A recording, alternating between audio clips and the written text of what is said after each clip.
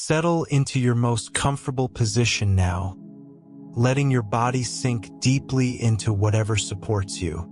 Feel the weight of your head against your pillow, the gentle release of tension from your shoulders, the softness surrounding you like petals unfolding toward evening.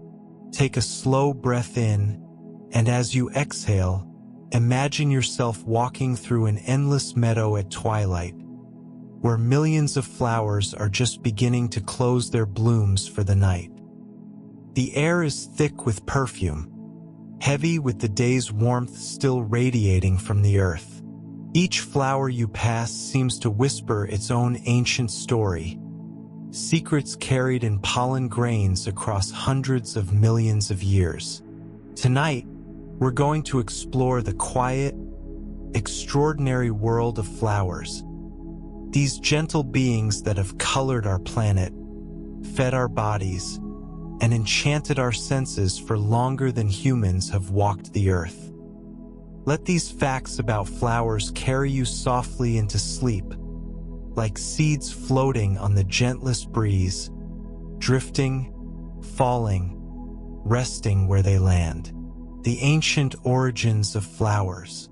Long before there were roses in gardens or sunflowers turning their faces toward the sun. Long before there were humans to admire their beauty or bees to visit their blooms, the earth was a very different place. If you could travel back 130 million years, to the early Cretaceous period, you would find yourself in a world dominated by ferns and conifers, cycads and ginkgos. The landscape would seem alien, foreign, strangely monotonous in its palette of greens and browns.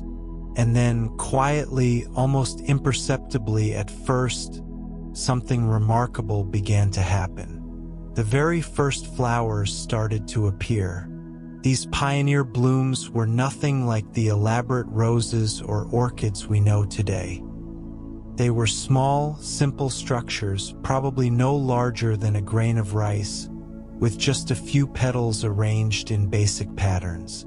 Scientists studying fossil evidence have found traces of these ancient flowers preserved in rocks from southern China and South America. Delicate imprints that capture moments from 125 million years ago.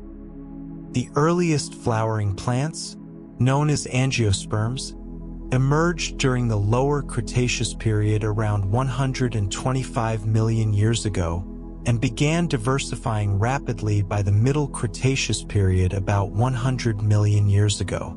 Picture these first flowers growing in the shadows of towering conifer forests, perhaps along the banks of prehistoric rivers or in clearings where ancient sunlight filtered through. They were experiments in evolution, testing new ways of reproducing that would eventually revolutionize life on Earth. Before flowers, plants relied primarily on wind to carry their pollen, scattering it broadly and hoping some would land on the right surfaces. But flowers introduced something revolutionary: partnerships with animals.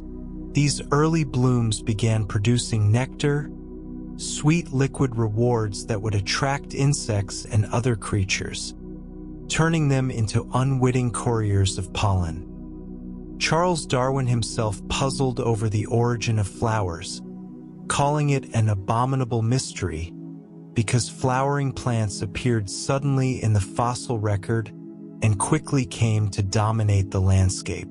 The rapid appearance and diversification of angiosperms puzzled scientists because they seemed to appear suddenly in great diversity during the Cretaceous period with scanty and debatable records before that time. One season the fossil record shows mostly gymnosperms, the cone-bearing plants like pines and cycads, and then seemingly the next season, flowers are everywhere, blooming in countless forms. The secret to their success lay in several innovations. First, flowers developed closed carpels, protective structures that enclosed their seeds. Unlike their gymnosperm cousins, whose seeds sat exposed on cone scales. Angiosperms wrapped their precious genetic cargo in layers of tissue that would eventually become fruits. This protection meant seeds could be dispersed in new ways, carried inside fleshy fruits by animals who would travel far from the parent plant before dropping or depositing them. The closed carpel is the major feature that separates angiosperms from other vascular seed plants, and this closure most often is complete, entirely sealing off the unfertilized ovules from the outside environment. Imagine the world slowly transforming as these flowering plants spread. Insects that had fed on cycad pollen began visiting the new flowers, and in doing so, they changed. Their bodies adapted to fit particular flower shapes, their senses tuned to specific colors and scents. The same geological period is marked by the appearance of many modern groups of insects, including pollinating insects that played a key role in the ecology and evolution of flowering plants. Bees evolved around 100 million years ago, their fuzzy bodies perfect for collecting pollen, their compound eyes able to see ultraviolet patterns invisible to us. Butterflies followed, their long tongues designed to probe deep into tubular flowers. This was coevolution in action, a dance between plants and animals that would shape both partners profoundly. The most primitive living flowering plant that scientists know of today is a small, unassuming shrub called Ambarella trichopoda, found only on the remote island of New Caledonia in the South Pacific. Analysis of the genome of Ambarella trichopoda has shown that it is related to all existing flowering plants and belongs to the oldest confirmed branch of the angiosperm family tree. This living fossil offers us a window into what those first flowers might have looked like, with simple features that bridge the gap between ancient gymnosperms and modern flowering plants. To see Ambarella is to look back through time, to glimpse the grandmother of every rose, every daisy, every orchid that has ever bloomed. The story grows more complex when we consider that some extinct plant groups seem to be experimenting with flower-like structures before true flowers appeared. The Benedictitals were strange cycad-like plants that had cones with showy, petal-like leaves, giving them a flower-like appearance, and the Catonials were small wetland trees with palm-like, angiosperm-like leaves. These plants weren't true flowering plants, but they hint at the evolutionary pressures that were pushing plants toward showier displays, toward structures that would attract animal pollinators. As millions of years passed, flowers diversified into an astounding array of forms. By 50 to 60 million years ago, a second major radiation was underway as plants began producing fleshy fruits and nutritious seeds that attracted mammals and birds. These fruits appeared over a short period of time contemporaneously with the diversification of seed-eating and fruit-eating mammals and birds. Animals that ate these fruits would carry seeds far from the parent plant, planting them in their droppings, spreading flowering plants across continents and islands. The success of flowering plants reshaped entire ecosystems. Forests that had once been dominated by ferns and conifers became filled with flowering trees and shrubs. Grasslands emerged, vast prairies covered in flowers that bloomed in waves throughout growing seasons. Meadows burst into color each spring, patches of purple and yellow and red spreading across hillsides. Today, flowering plants represent approximately 90% of all plant species on land, with around 300,000 different species identified and more being discovered each year. They range from tiny aquatic duckweeds barely visible to the naked eye to massive trees like magnolias and oaks. They grow in every habitat on Earth except for the deepest oceans and the coldest parts of Antarctica. Think about this remarkable history as you drift towards sleep. Every flower you've ever seen carries within its structure the accumulated innovations of 130 million years of evolution. The rose in a bouquet, the dandelion in a lawn, the apple blossom on a tree in spring, all are descendants of those first simple blooms that appeared in the Cretaceous period. Their beauty is no accident but the result of endless generations of refinement, each flower shaped by the pollinators that visited it, each pollinator shaped by the flowers it fed from. And this dance continues today, quiet and constant, playing out in gardens and forests, meadows and jungles, everywhere flowers bloom. The fossil record preserves moments from this grand story. In museums around the world, you can see impressions of ancient flowers pressed into stone, their petals and stamens preserved in exquisite detail. A very few angiosperm leaves and flowers are found in layers dating to the early Aptian age, about 125 million to 113 million years ago. These fossils tell us that flowers have always been diverse, that they radiated quickly into many forms, filling ecological niches with astonishing speed. They remind us that the flowers blooming outside our windows today are part of an unbroken chain stretching back through deep time, connecting us to worlds we can barely imagine. As you breathe slowly, evenly, feeling your body relax more completely with each exhale, picture those ancient flowers blooming in a Cretaceous dawn. Smell the strange perfumes they must have released, fragrances unlike anything we know today, crafted to attract insects that no longer exist. Watch as a primitive bee, perhaps not quite yet a bee in the modern sense, lands clumsily on a petal, its legs gathering golden pollen as it searches for nectar. This scene played out millions upon millions of times, in forests long since turned to coal, on mountainsides that have eroded to plains, beside rivers whose courses have completely changed.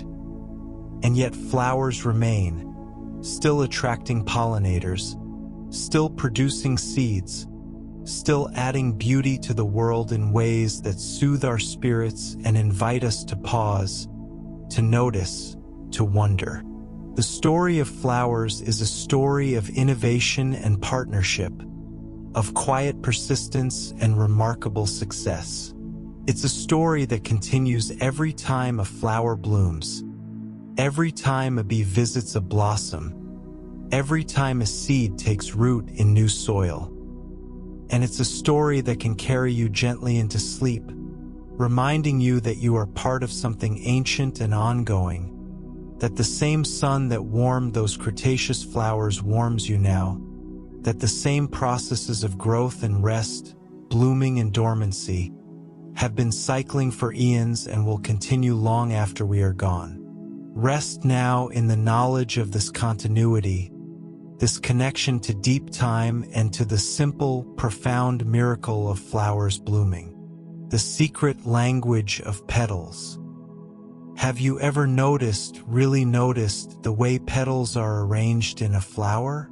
Not just glanced at them, admiring their color or their softness, but truly looked at how they spiral outward from the center, how they overlap with mathematical precision, how they seem to follow some invisible pattern written into their very structure. If you could count the petals on different flowers, you might start to notice something remarkable. Many flowers have 3 petals, or 5, or 8, or 13, or 21, or 34, or 55. These numbers might seem random at first, but they're not. They're part of a sequence, a mathematical pattern that appears throughout nature with mysterious regularity, and flowers are one of the most beautiful expressions of this pattern.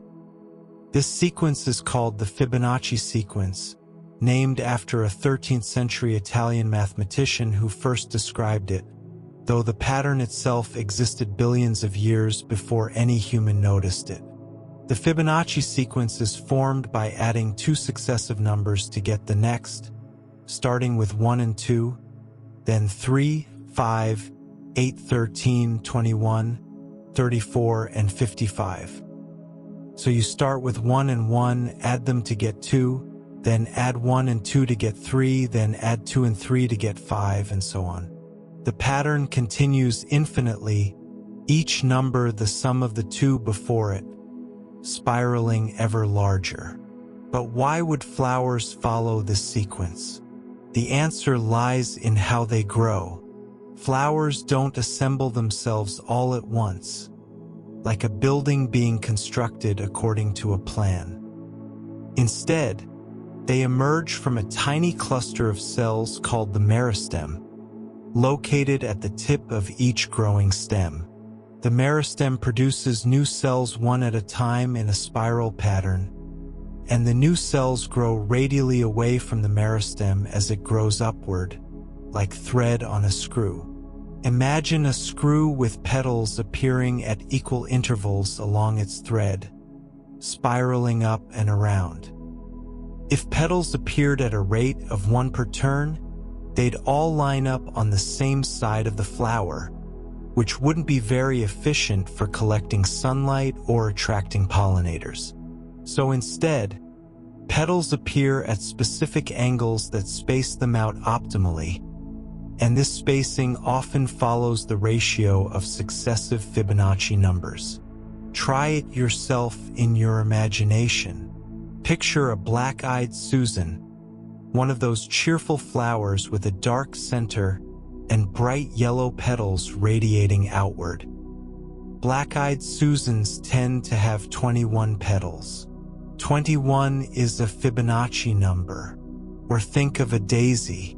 Daisies tend to have 34, 55, or 89 petals depending on the type, all Fibonacci numbers. Wild roses typically have 5 petals, another Fibonacci number. Lilies have 3. Many buttercups have 5. Even in flowers with many petals, where exact counts become fuzzy, the tendency toward these numbers remains. But the Fibonacci pattern in flowers goes deeper than just petal counts. Look at the center of a sunflower, at the arrangement of those hundreds or thousands of tiny seeds packed tightly together. In the sunflower center, 34 blue spirals veer from the center toward the right, while 55 red spirals veer to the left, and each seed grows at about 137.5 degree angle from the last. This seemingly odd angle, approximately 137.5 degrees, is called the golden angle, and it's derived from the golden ratio, which is closely related to the Fibonacci sequence.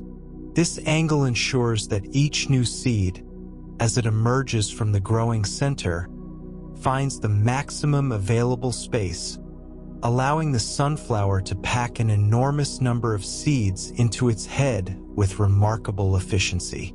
Picture a sunflower growing in slow motion. Its center is a factory constantly producing new florets. Each floret emerges rotated 137.5 degrees from the previous one. As the flower grows, these florets spiral outward in 2 directions simultaneously, creating interlocking patterns that spiral both clockwise and counterclockwise. The spirals of a sunflower pack florets as tightly as possible to maximize their ability to capture sunlight for the plant, and as each individual seed grows, the head pushes the seeds toward the periphery to make room for new seeds.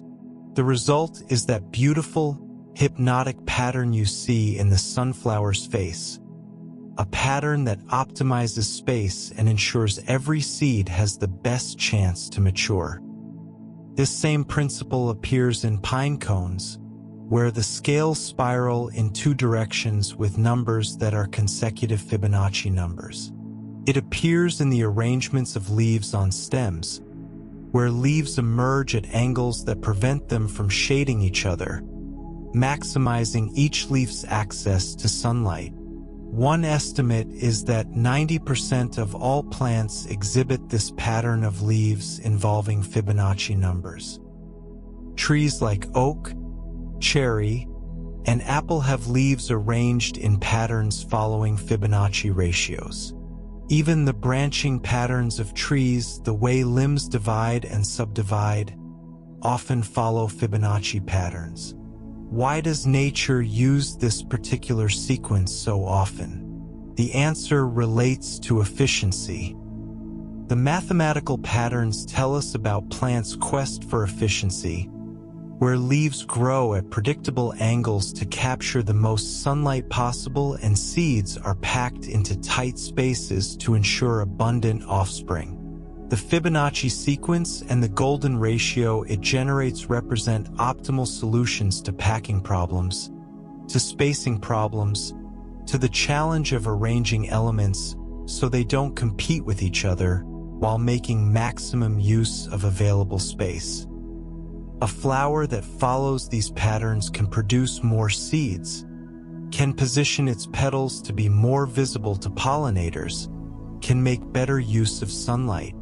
Over millions of years, natural selection has favored these arrangements, and so they appear again and again throughout the plant kingdom. There's something deeply soothing about discovering this order hidden within apparent randomness. The flower in the vase on your table isn't just beautiful, it's also mathematical.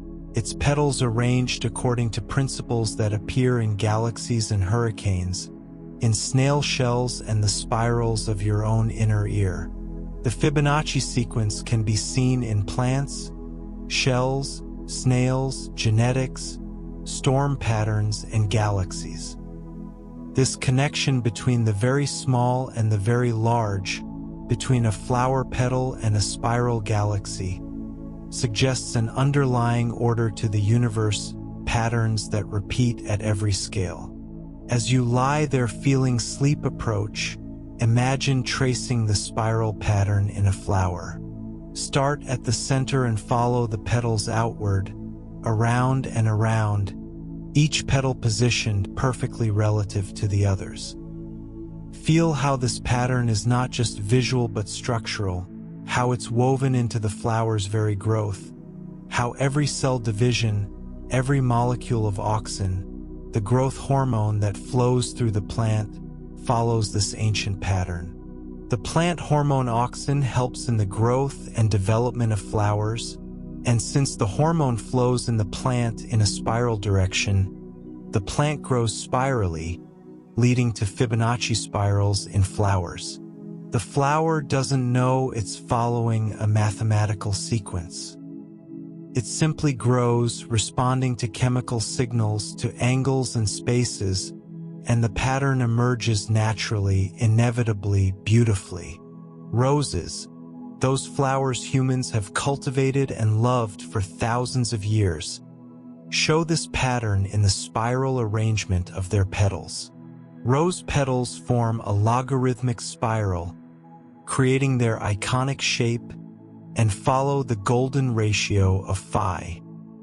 Watch a rose opening in time-lapse photography, and you'll see each petal unfurl in its precisely calculated position, spiraling outward from the tight bud in the center.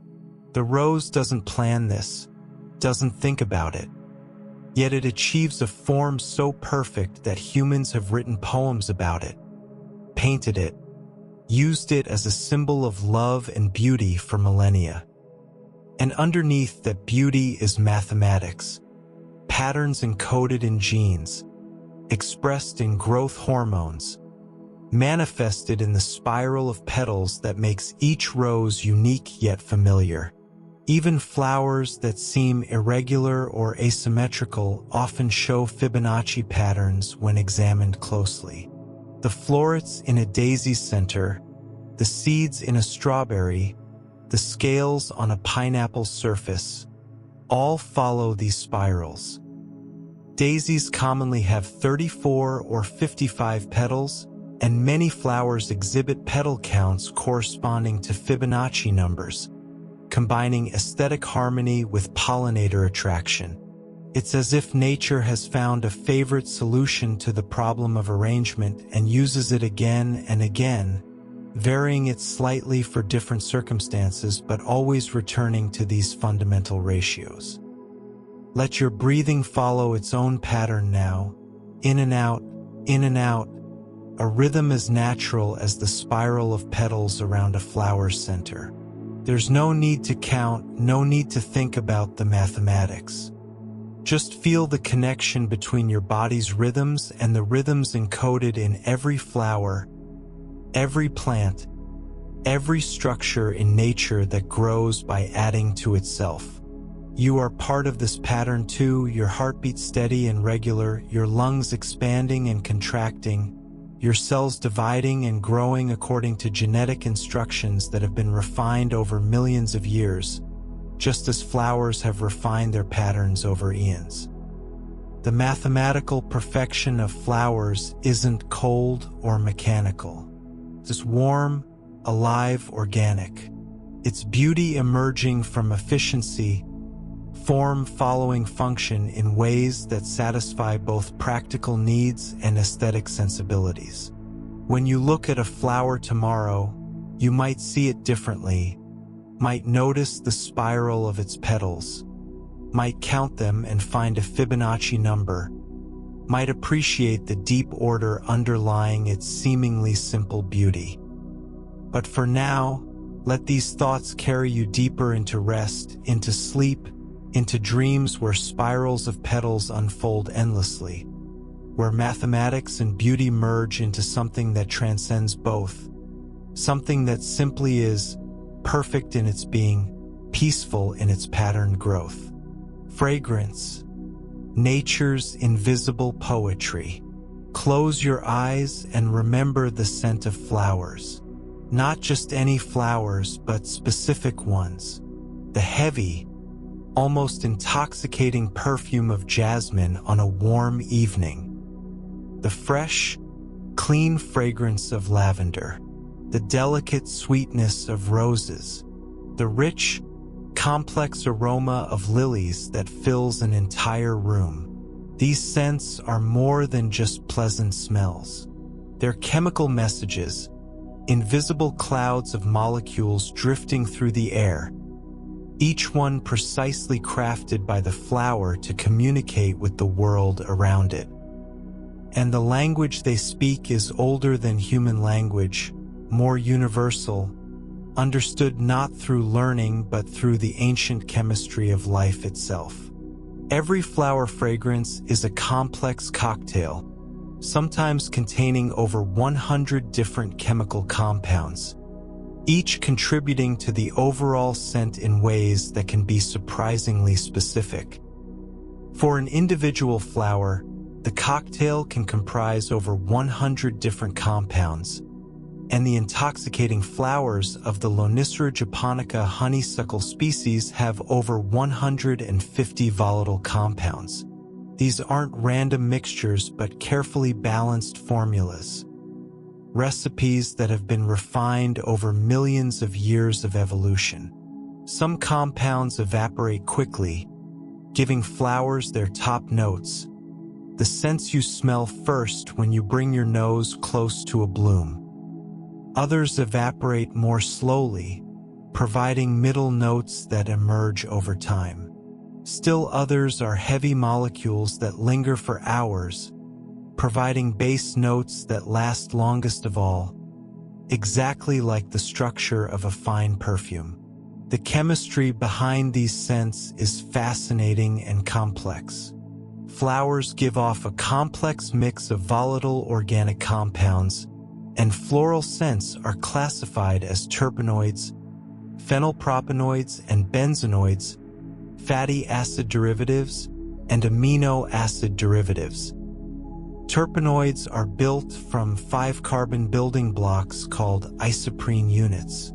String 2 together and you get monoterpenes, which give many flowers their fresh, sharp notes. String 3 together and you get sesquiterpenes, which provide deeper, more complex aromas. These molecules aren't built randomly but through elaborate biochemical pathways, with enzymes serving as molecular factories, each one taking a precursor molecule and transforming it into something new. Take roses, for example. The scent of roses is majorly influenced by a compound named after the flower, cis-rose oxide, which contributes the typical floral rose fragrance. But rose oxide is just one player in the symphony. Roses also produce geraniol, which smells citrusy and floral. Nerol, similar to geraniol but with a slightly different structure and smell. Citronellol, which adds fresh, rosy notes, and farnesol, a sesquiterpene that provides depth. The precise ratio of these compounds varies between different rose varieties, which is why some roses smell different from others. A damask rose smells different from a tea rose, which smells different from a wild rose, even though all are producing variations on the same chemical theme. Jasmine creates its unforgettable perfume through a different chemical palette. The major compounds of jasmine floral scent include linalool, methylanthranilate, benzyl alcohol, benzyl acetate, benzyl benzoate, methyl salicylate, indole, and alpha-farnesene. Indole in particular is fascinating. In high concentrations, it smells fecal, unpleasant. But in the tiny amounts found in jasmine, combined with other compounds, it adds a rich, animalic quality that makes the fragrance complex and alluring. This is the genius of nature's perfumery, using compounds that would be offensive alone to create beauty when blended precisely. Lavender, beloved for its calming properties, produces a scent dominated by specific molecules. Lavender flower vapor consists of terpene hydrocarbons, oxygenated terpenes, and sesquiterpenes, with linalool, terpene 4-OL, and linalool acetate being predominant. Linalool acetate in particular contributes to lavender's characteristic fresh, slightly sweet aroma. This is why lavender oil is so prized in aromatherapy. Those specific molecules interact with receptors in our nervous system in ways that promote relaxation and calm. Lilies produce yet another distinct aromatic signature. Lily cultivars release various scent compounds, predominantly 3 monoterpenoids, 1.8 cineol, E-beta-ocimene, and linalool, and 1 benzenoid, methyl benzoate. The lily fragrance is powerful, capable of filling a large room from just a few blooms, because these particular molecules are highly volatile and are produced in large quantities. But flowers don't create these fragrances for our pleasure. They're chemical advertisements, signals meant to attract specific pollinators. Floral volatile organic compounds play important roles in attracting pollinators, defending the plant against biotic and abiotic attacks, and allowing the plant to communicate with its environment. A flower pollinated by bees might produce compounds that bees find attractive. A flower pollinated by moths might release its strongest scents at night, when moths are active, and its fragrance might be lighter in color so moths can see it in darkness. Some flowers even produce scents that mimic the pheromones of female insects, tricking males into attempting to mate with the flower and getting covered in pollen in the process.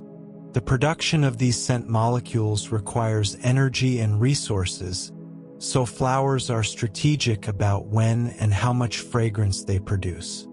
Floral scent emissions vary along with floral development, with the highest emissions at anthesis when the flower is fecund, and reduced emissions after pollination. This makes perfect sense. Why waste energy producing attractive scents once you've already been pollinated?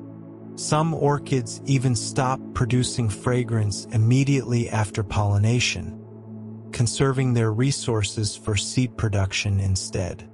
Different parts of a flower may produce different scents.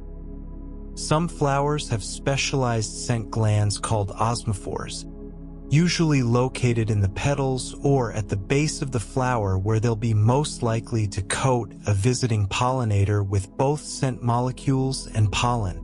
The capability of producing a specific compound may be spread through the petals or in specific scent glands, and the location of fragrance production is dependent upon how the plant wants to attract and direct its specific pollinator around the flower.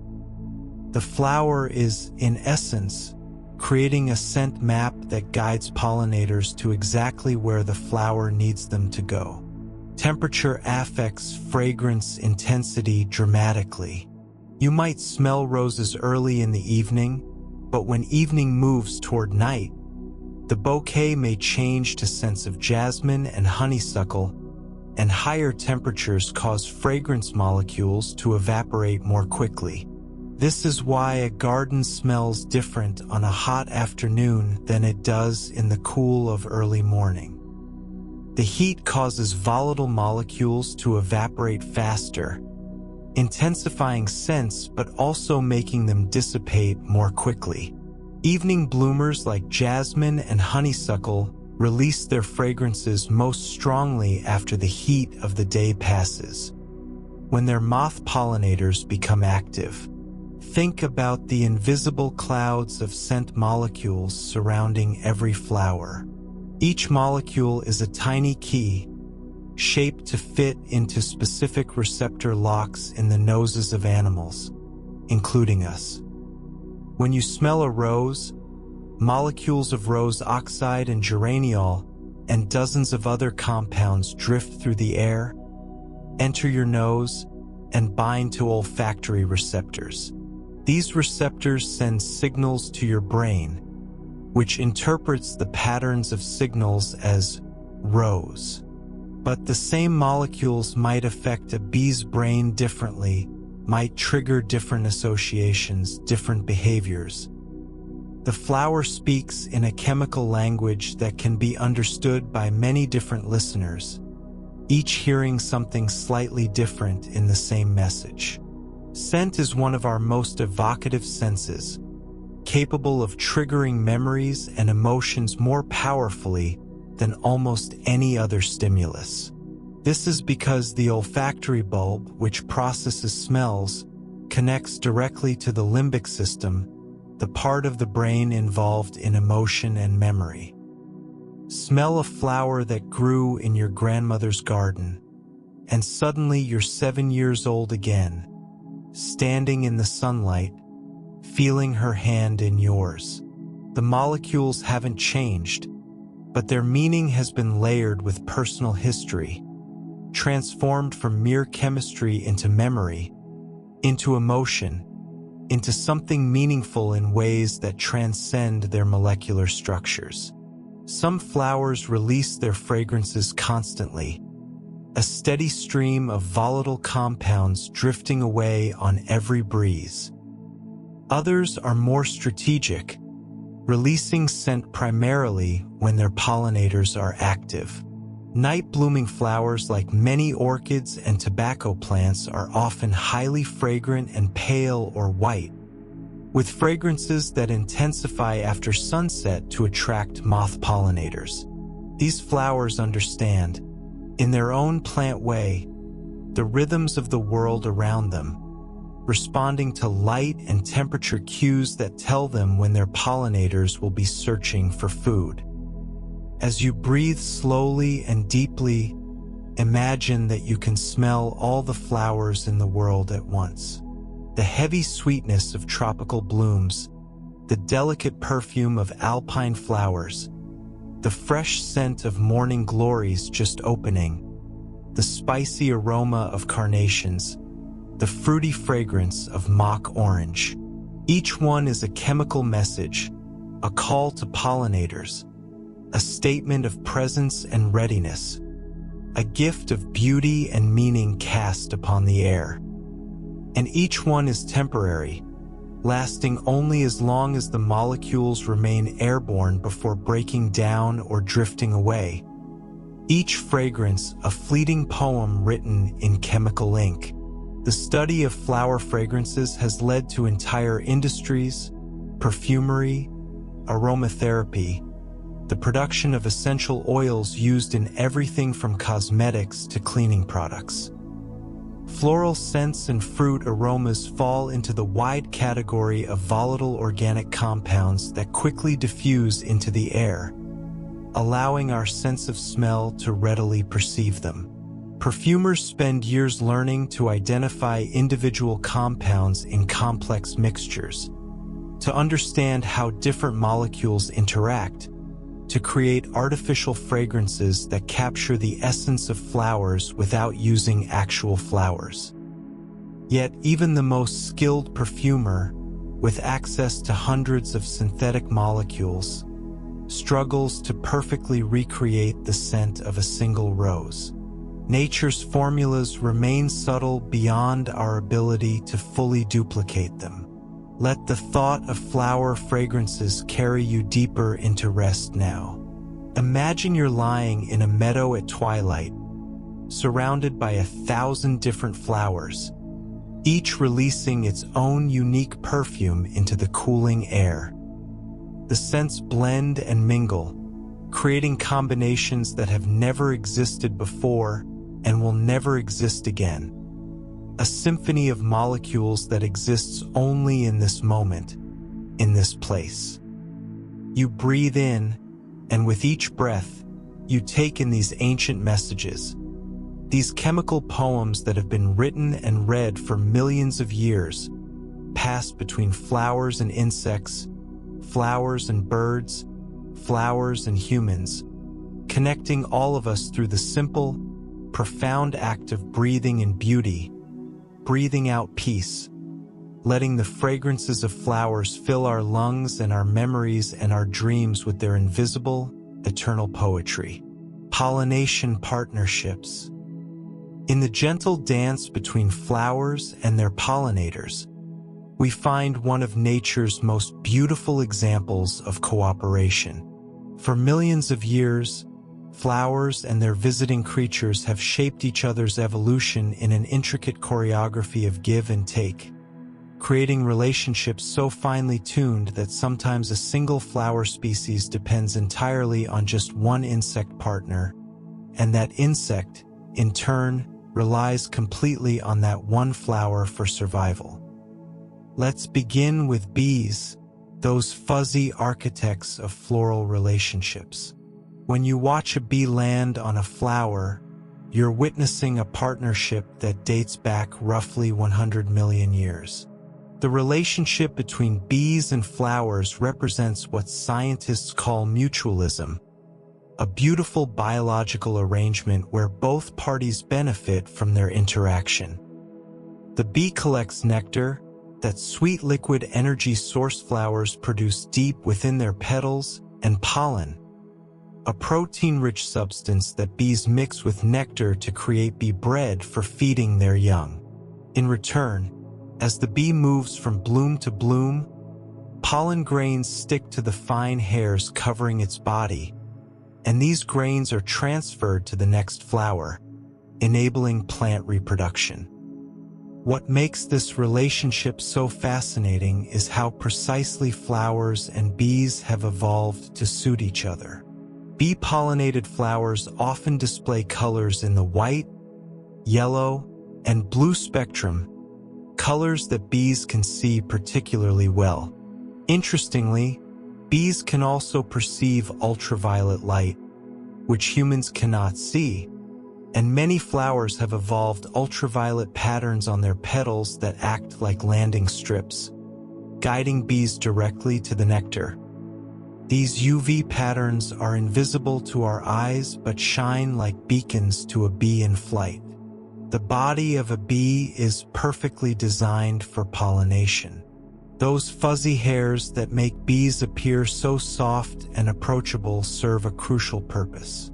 When a bee enters a flower, its hairy body brushes against the flower's anthers, those structures that hold pollen, and the pollen grains adhere to the bee's body through a combination of static electricity and physical structure. Some bee species have even evolved specialized structures called pollen baskets, corbiculae, on their hind legs, where they can pack and carry large amounts of pollen back to their hives. Consider the remarkable case of buzz pollination, an adaptation some bees have developed to extract pollen from flowers that don't give it up easily. Certain flowers, like tomatoes and blueberries, keep their pollen locked inside tube-like anthers. A bee will grasp the flower and vibrate its flight muscles rapidly without actually flying, creating a buzzing sound that's lower pitched than their flying buzz. This vibration, which can reach frequencies of 400 cycles per second, causes the pollen to shake loose from the anthers and shower onto the bee's body. It's like a tiny, perfectly evolved key fitting into nature's lock. Some flowers and bees have formed such specific relationships that they've become obligate mutualists, meaning each depends entirely on the other for survival. The yucca plant and the yucca moth exemplify this extraordinary partnership. The female yucca moth has evolved special mouthparts specifically for collecting and manipulating yucca pollen. She deliberately collects pollen from one yucca flower, rolls it into a ball, flies to another yucca plant, lays her eggs in that flower's ovary, and then carefully places the pollen ball on the flower's stigma, ensuring pollination. When the moth larvae hatch, they feed on some of the developing yucca seeds, but enough seeds survive to perpetuate the plant. Neither species can reproduce without the other. Now let's drift into the world of butterflies and their delicate approach to pollination. Butterflies, those winged jewels that flutter through summer meadows, have evolved a completely different strategy for accessing floral rewards. Unlike bees with their compact, fuzzy bodies, butterflies are sleeker creatures with long, slender proboscises, those remarkable tongue-like structures that remain coiled beneath their heads when not in use and can extend to extraordinary lengths to reach nectar deep within tubular flowers. Research has revealed that butterfly proboscises are marvels of natural engineering. Flower-visiting butterflies have proboscises with a more circular cross-section, less resilin, that rubber-like protein that makes some insect parts flexible, and lower friction forces than non-flower-visiting butterflies. This combination of features means their proboscises are less likely to fold back on themselves when entering narrow floral tubes.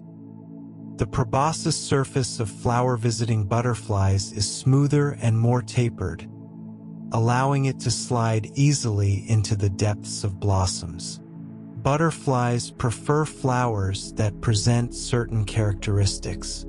Unlike bees, butterflies can see the color red. So many butterfly-attracting flowers bloom in brilliant reds, pinks, oranges, and purples.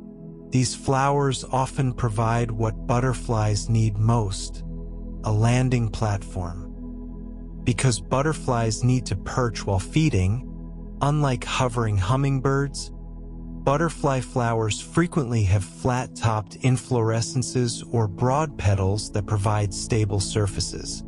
Think of the way butterfly bush flowers cluster together, creating perfect landing pads, or how coneflowers offer sturdy central discs where butterflies can comfortably settle while extending their proboscises into the florets. The relationship between butterfly anatomy and flower structure extends to remarkable specificity. Studies of clouded Apollo butterflies have shown that individual butterflies with longer proboscises visit flowers with deeper nectar stores more frequently than their shorter proboscis peers. This intraspecific variation demonstrates how even within a single butterfly species, individuals with different morphologies interact differently with flowers, highlighting the dynamic and nuanced nature of pollination relationships. Consider the passion flower and its relationship with heliconius butterflies, those striking orange and black species of Central and South America. These butterflies have evolved the rare ability among butterflies to feed on pollen, not just nectar. They collect pollen on their proboscises, mix it with saliva, and gently chew it to extract amino acids and proteins. This unusual adaptation increases their longevity and egg production, allowing them to live several months instead of the few weeks typical for most butterflies. In return, they provide reliable pollination services to passion flowers, creating a partnership refined over countless generations. Hummingbirds represent perhaps the most visually spectacular pollination partnership. These tiny, jewel-toned birds have metabolic rates so high that their hearts can beat more than 1,000 times per minute during flight. To fuel these extraordinary engines, hummingbirds must consume roughly half their body weight in nectar every day, visiting hundreds or even thousands of flowers during their waking hours. The coevolution between hummingbirds and their flowers is one of nature's most perfect examples of mutual adaptation. Hummingbird flowers typically display certain unmistakable characteristics. They bloom in shades of red, orange, and pink, colors that stand out brilliantly to birds but are less visible to insects, effectively filtering out non-target visitors. These flowers produce nectar with relatively high sucrose content, typically 60 to 70% sucrose, the sugar hummingbirds prefer and can most efficiently metabolize. The shape of hummingbird flowers tells a story of precision engineering. Long, tubular corollas match the lengths of hummingbird bills, excluding shorter-tongued pollinators while providing perfect access for their intended visitors. Some flowers and hummingbirds have evolved such exquisite matches that they seem made for each other. The sword-billed hummingbird of South America possesses a bill longer than its body, measuring up to 4 inches, perfectly matched to feed from Passiflora mixta and similarly long-tubed flowers. The white-tipped sicklebill has a dramatically curved bill that fits precisely into the curved flowers of certain Heliconia and Centropogon species. The cardinal flower, Lobelia cardinalis, and the ruby-throated hummingbird demonstrate this partnership beautifully. The cardinal flower's brilliant red tubular blooms contain nectar positioned deep within, accessible only to the hummingbird's long tongue. As the hummingbird hovers and probes for nectar, its head contacts the flower's stamens and pistil at exactly the right positions to ensure pollen transfer. The flower's wobbling motion when visited by a hummingbird actually helps deposit more pollen on the bird's head and face. Bumblebees may visit cardinal flowers, but they move too delicately, causing insufficient flower movement to achieve effective pollination. The system works best with its intended partner. Remarkably, hummingbird-pollinated flowers often lack strong fragrances. Because birds have relatively poor senses of smell compared to insects, flowers that cater to avian pollinators have redirected their evolutionary energy toward visual displays rather than scent production. They also lack landing platforms. Their sturdy structures designed to withstand the pressure of a hovering hummingbird's bill rather than support a perching insect. The timing of hummingbird flowers demonstrates another layer of sophistication.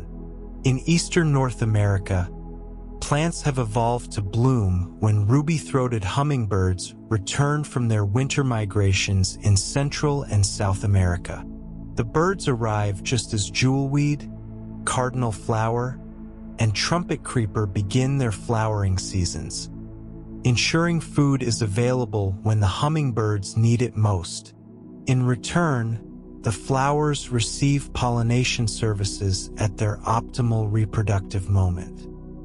Now let's explore the unusual pollinators, those creatures that work the night shift and challenge our assumptions about which animals can pollinate flowers.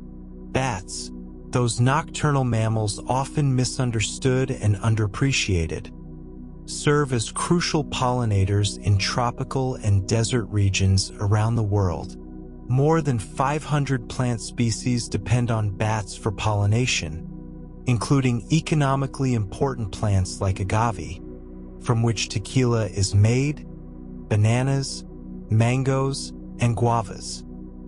Bat-pollinated flowers have evolved distinctive characteristics that make them recognizable even without seeing their visitors. These flowers are typically large and wide-mouthed, designed to accommodate the heads of bats as they lap nectar with their long tongues. They bloom at night, opening after sunset when their bat pollinators are active. Rather than bright colors, bat flowers tend toward whites, creams, and pale pinks, colors more visible in darkness. And their fragrances, rather than being sweet or delicate, are often described as musty, fermenting, or even sulfurous, scents that attract bats but might repel other animals. Nectar-feeding bats can produce large volumes of relatively dilute nectar compared to insect-pollinated flowers. A single bat-pollinated flower might hold enough nectar for a teaspoon or more, providing substantial energy for these larger pollinators. The flowers are often positioned away from foliage, dangling on long stems or growing directly from tree trunks, allowing bats to approach easily without their wings becoming tangled in leaves. In the American Southwest, lesser long-nosed bats and Mexican long-tongued bats migrate northward each spring to feed on blooming saguaro cacti, organ pipe cacti, and agave plants. As they hover before flowers, their furry faces and bodies become coated with pollen, which they then carry to the next plant. A single bat can visit dozens or hundreds of flowers in one night, making them remarkably efficient pollinators. Some bat species can fly 50 miles or more during a single night's foraging, potentially distributing pollen across vast distances and maintaining genetic diversity among far-flung plant populations. Beetles, those hard-shelled insects that have inhabited Earth for more than 300 million years, were likely among the first pollinators when flowering plants began their explosive diversification. Today, beetles pollinate more than 80% of flowering plant species, though they often don't receive the recognition awarded to bees or butterflies.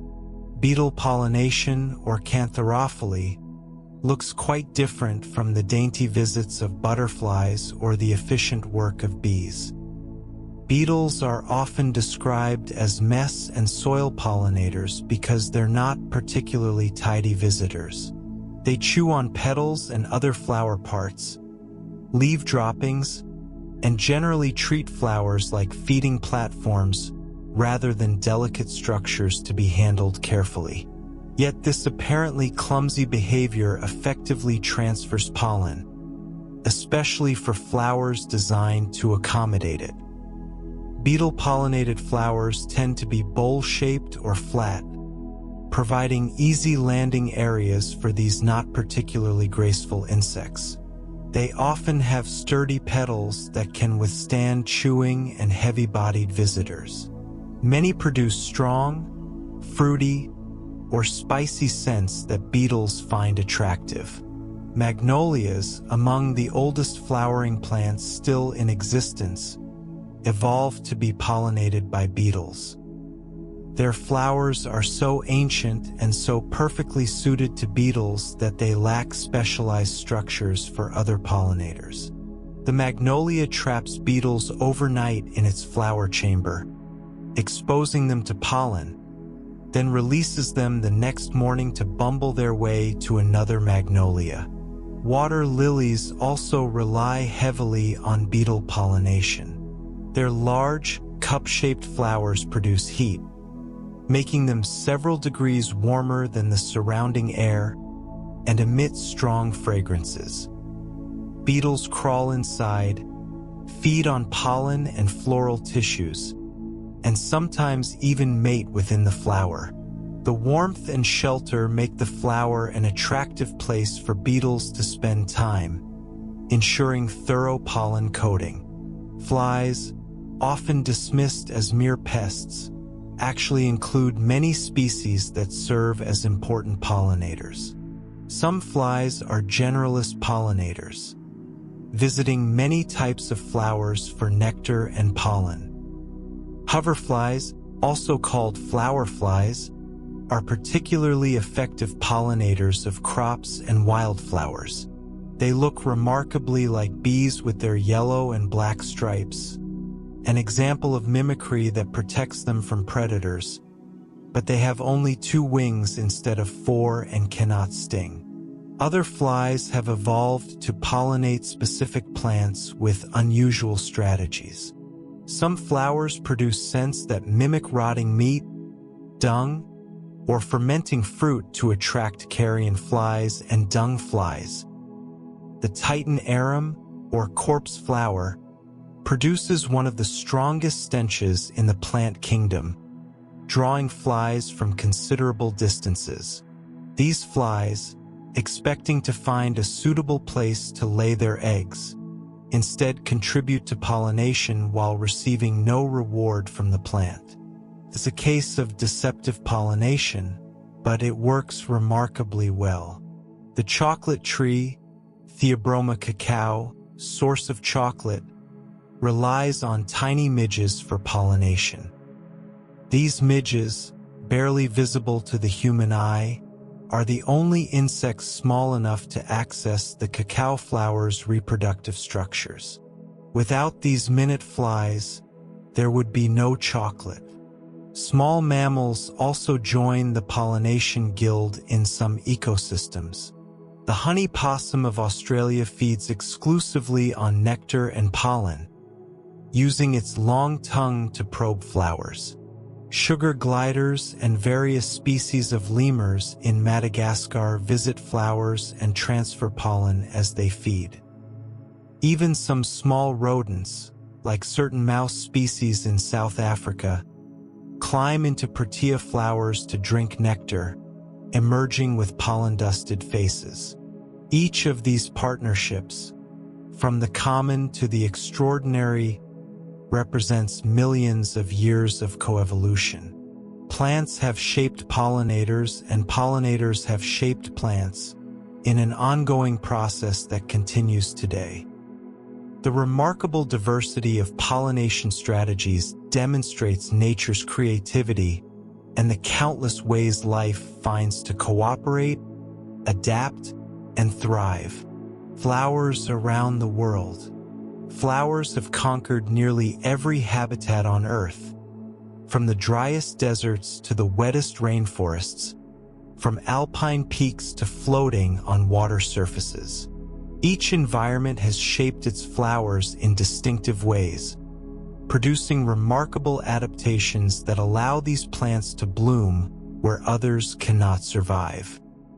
In the world's deserts, where rainfall might measure less than 10 inches annually and come all at once after months of drought. Flowers have evolved some of their most ingenious survival strategies. Desert wildflowers demonstrate an approach called drought avoidance or ephemerality. These plants don't try to survive through harsh conditions. Instead, they avoid them entirely by remaining dormant as seeds until conditions become favorable. Desert annual seeds can remain viable in the soil for years, even decades, waiting for the perfect combination of temperature and moisture to trigger germination. When winter or summer rains finally arrive, providing enough moisture to penetrate the soil, these seeds sense the change and spring into action with remarkable speed. Within days of sufficient rainfall, tiny sprouts emerge.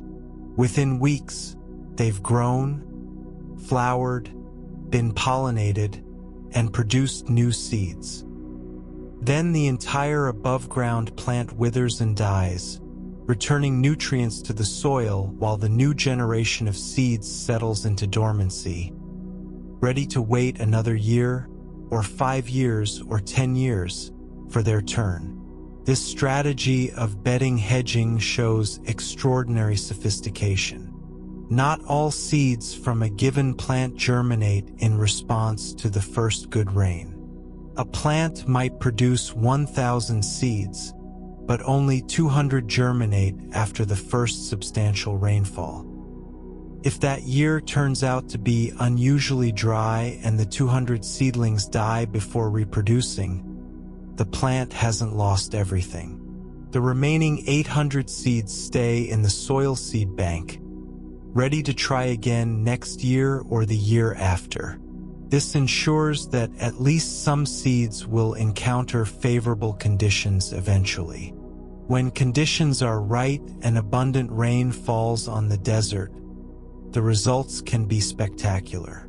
Super bloom events transform typically barren landscapes into seas of color. In California's Mojave Desert or Arizona's Sonoran Desert, millions of wildflowers can bloom simultaneously, painting entire valleys in yellows, purples, oranges, and whites. Desert sunflowers, lupins, poppies, and verbenas emerge in such density that their colors can be seen from space. The desert five-spot, a delicate flower with 5 spots on its petals, can complete its entire life cycle in just 6 to 8 weeks. Desert paintbrush, with its bright red-orange bracts, attracts hummingbirds during their spring migrations. Desert marigold produces cheerful yellow blooms that can flower at any time of year if they receive adequate moisture, making them one of the most flexible desert bloomers. Some desert perennials take a different approach than the rapid life cycle annuals. These plants survive year-round but become dormant during dry periods. The ocotillo, a distinctive plant of southwestern North American deserts, looks like a bundle of thorny, dead sticks most of the year. But within days of rainfall, it sprouts a complete suit of green leaves along its stems and produces brilliant red tubular flowers at its branch tips. These flowers attract hummingbirds, providing crucial nectar during the birds' migrations. When dry conditions return, the ocotillo drops its leaves, enters dormancy, and waits for the next rain. The desert lily stores moisture in an underground bulb that can reach depths of 18 inches. It might remain dormant for years, but when adequate winter rain comes, it sends up a stalk with fragrant white flowers that contrast beautifully against the barren landscape. Each flower blooms for only one night, opening at dusk and closing by midday the next day, minimizing water loss during the hottest hours. Cacti, those iconic desert plants, have evolved their own approach to flowering in arid lands.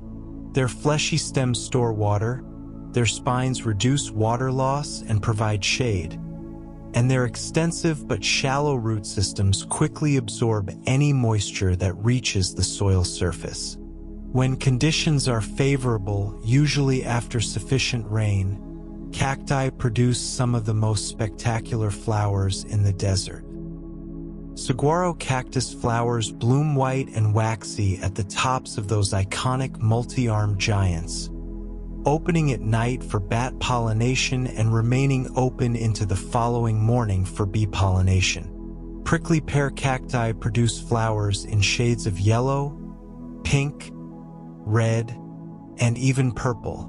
Some cactus flowers are delicately scented, while others are nearly scentless. The queen of the night cactus, Selaniserius grandiflorus, produces perhaps the most dramatic bloom in the desert. Its flowers, which can measure up to 12 inches across, bloom for only one night each year. They open after sunset, releasing a powerful, sweet fragrance that attracts sphinx moths and wilt with the morning sun. Witnessing a queen of the night in bloom is considered a special event, something people will stay up all night to see. Desert flowers often produce thicker, waxy coatings on their leaves and petals to reduce water loss through evaporation. They may have smaller flowers or fewer petals than their counterparts in wetter climates, conserving resources while still attracting pollinators. Some produce their flowers during the coolest parts of the year, winter or early spring, when temperatures are more moderate and what little rain falls is most likely to arrive. If deserts represent one extreme, tropical rainforests represent another. Here, plants don't struggle with too little water but with too much competition. In rainforests, which receive over 100 inches of rain annually, sunlight becomes the limiting resource. The dense forest canopy absorbs most incoming light, leaving the forest floor in perpetual twilight. Rainforest flowers have evolved extraordinary adaptations to cope with these light limitations and the incredible biodiversity that surrounds them. Many tropical flowers grow as epiphytes, plants that live on other plants without being parasitic. Orchids, bromeliads, and countless other species perch high in the branches of rainforest trees, positioning themselves where they can receive sunlight without having to invest energy in growing tall trunks to reach the canopy. Orchids represent the largest family of flowering plants, with more than 25,000 species, and they reach their greatest diversity in tropical rainforests. Rainforest orchids have evolved some of the most elaborate flowers in the plant kingdom, with shapes, colors, and patterns designed to attract specific pollinators. Some orchids mimic the appearance and scent of female insects, tricking males into attempting to mate with the flower, thereby ensuring pollination through sexual deception. Others produce long nectar spurs that can only be accessed by specific moths or hummingbirds with sufficiently long tongues or bills. The comet orchid of Madagascar, Angraecum sesquipedale, has a nectar spur that extends over a foot in length. When Charles Darwin first saw this orchid, he predicted that a moth must exist with a proboscis long enough to reach the nectar at the spur's base, a moth that would pollinate the flower in the process. Decades after Darwin's death, scientists finally discovered Wallace's sphinx moth, which indeed possesses a proboscis that can extend to over 12 inches, perfectly matching the orchid spur. This represents one of the most famous predictions in evolutionary biology and beautifully illustrates how flowers and pollinators co-evolve. Heliconias, also called lobster claws, are among the most visually striking rainforest flowers. Their brilliant red, orange, yellow, or pink bracts hang in long, architectural clusters, often shaped like beaks or claws. These aren't true petals but modified leaves that protect the actual flowers nestled inside. Heliconias have evolved specifically to attract hummingbirds, producing copious nectar and positioning their flowers so hummingbirds can easily access them while hovering. Bromeliads, relatives of the pineapple, include many epiphytic species that grow in rainforest canopies. They collect water in the rosettes formed by their leaves, creating tiny ecosystems that can support frogs, insects, and other small animals. When bromeliads bloom, they produce often brilliantly colored flower spikes that can last for months. The flowers themselves might be small, but the bracts surrounding them glow in reds, pinks, purples, or yellows. The rafflesia, native to Southeast Asian rainforests, produces the largest individual flower in the world. Rafflesia arnoldii blooms can measure over 3 feet across and weigh more than 20 pounds. But impressive as these dimensions are, the flower's scent is perhaps even more memorable. Rafflesia smells strongly of rotting flesh, earning it the nickname corpse flower, a scent evolved to attract carrion flies that serve as pollinators. The flower blooms for only a few days before collapsing into a black, oozing mass. Despite, or perhaps because of, its grotesque characteristics, encountering a blooming rafflesia is considered a rare privilege for botanists and nature enthusiasts. Another remarkable rainforest adaptation is cauliflory, where flowers grow directly from tree trunks or major branches rather than from smaller twigs. This positioning makes the flowers accessible to pollinators that cannot reach the canopy or prefer to feed closer to the ground, including some bats, beetles, and even small mammals.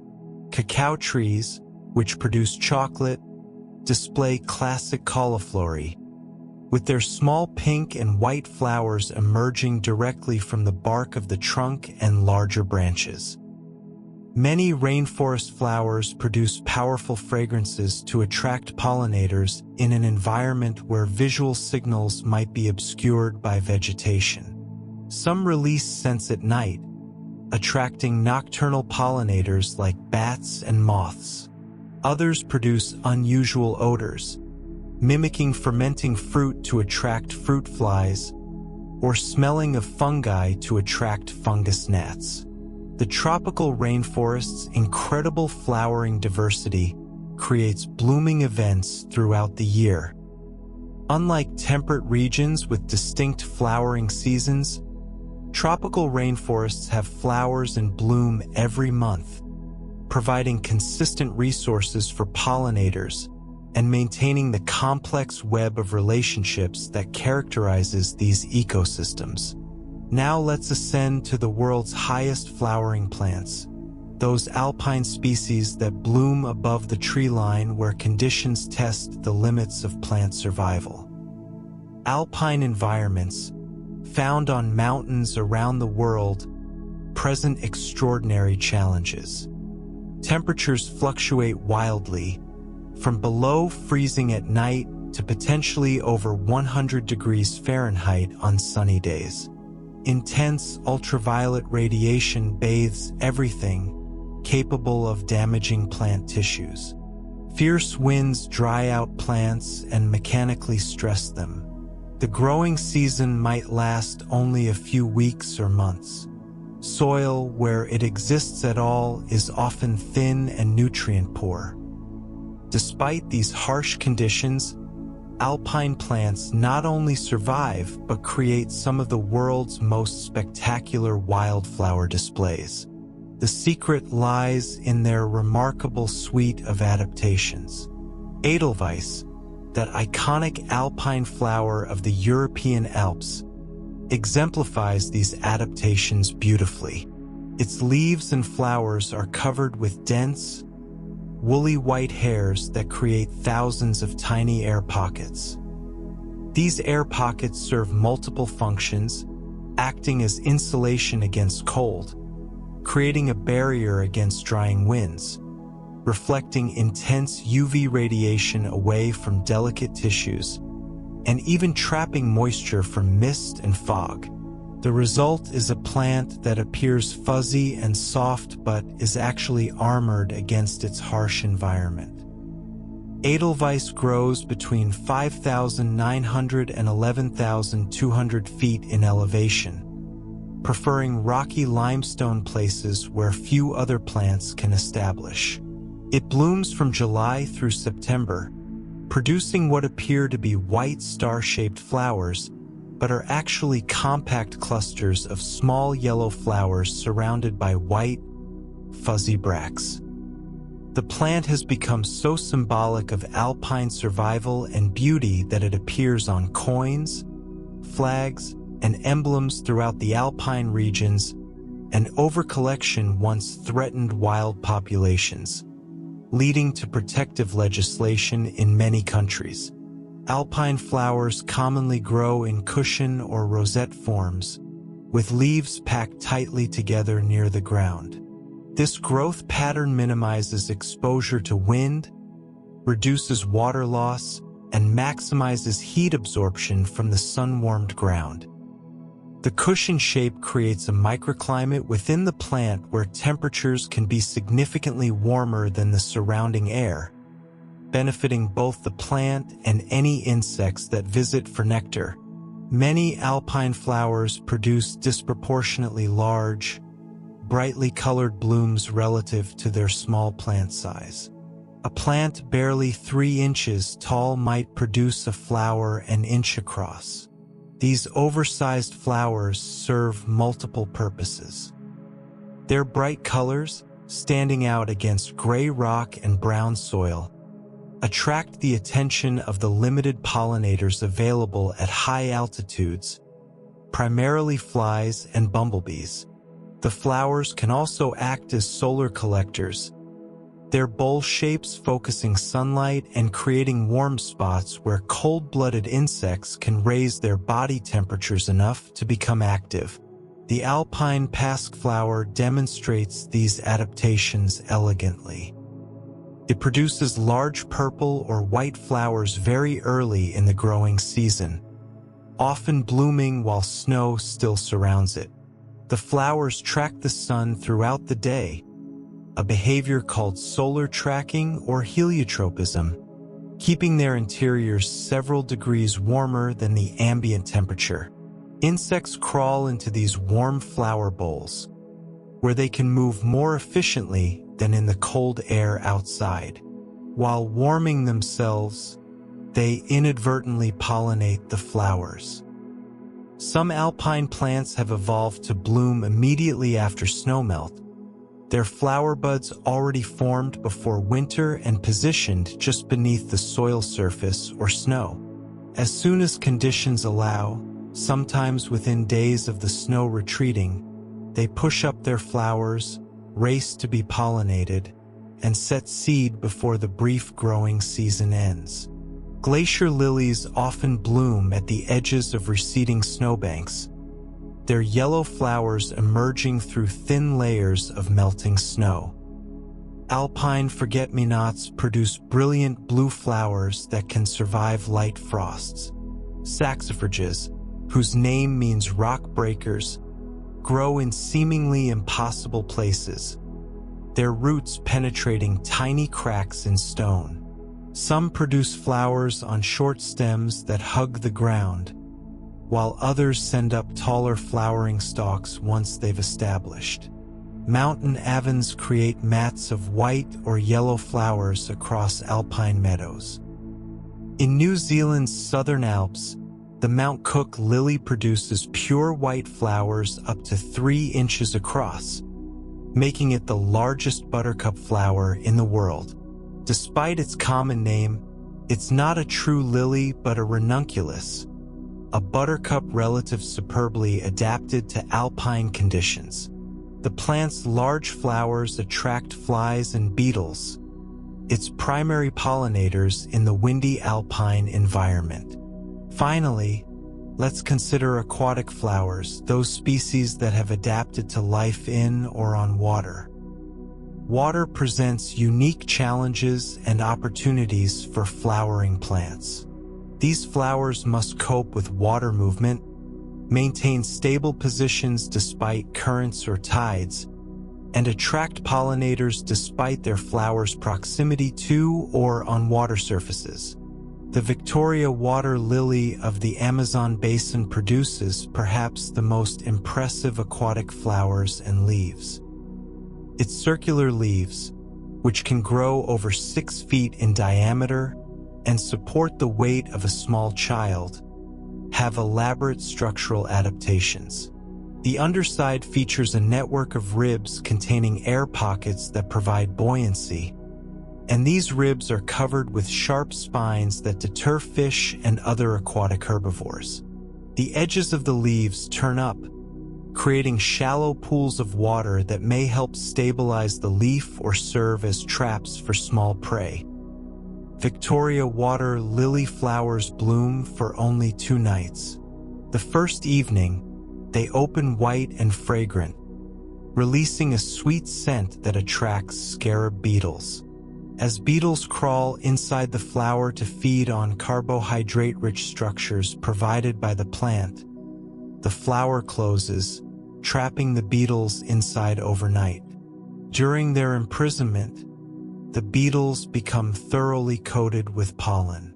The following evening, the flower reopens, now pink instead of white and no longer fragrant.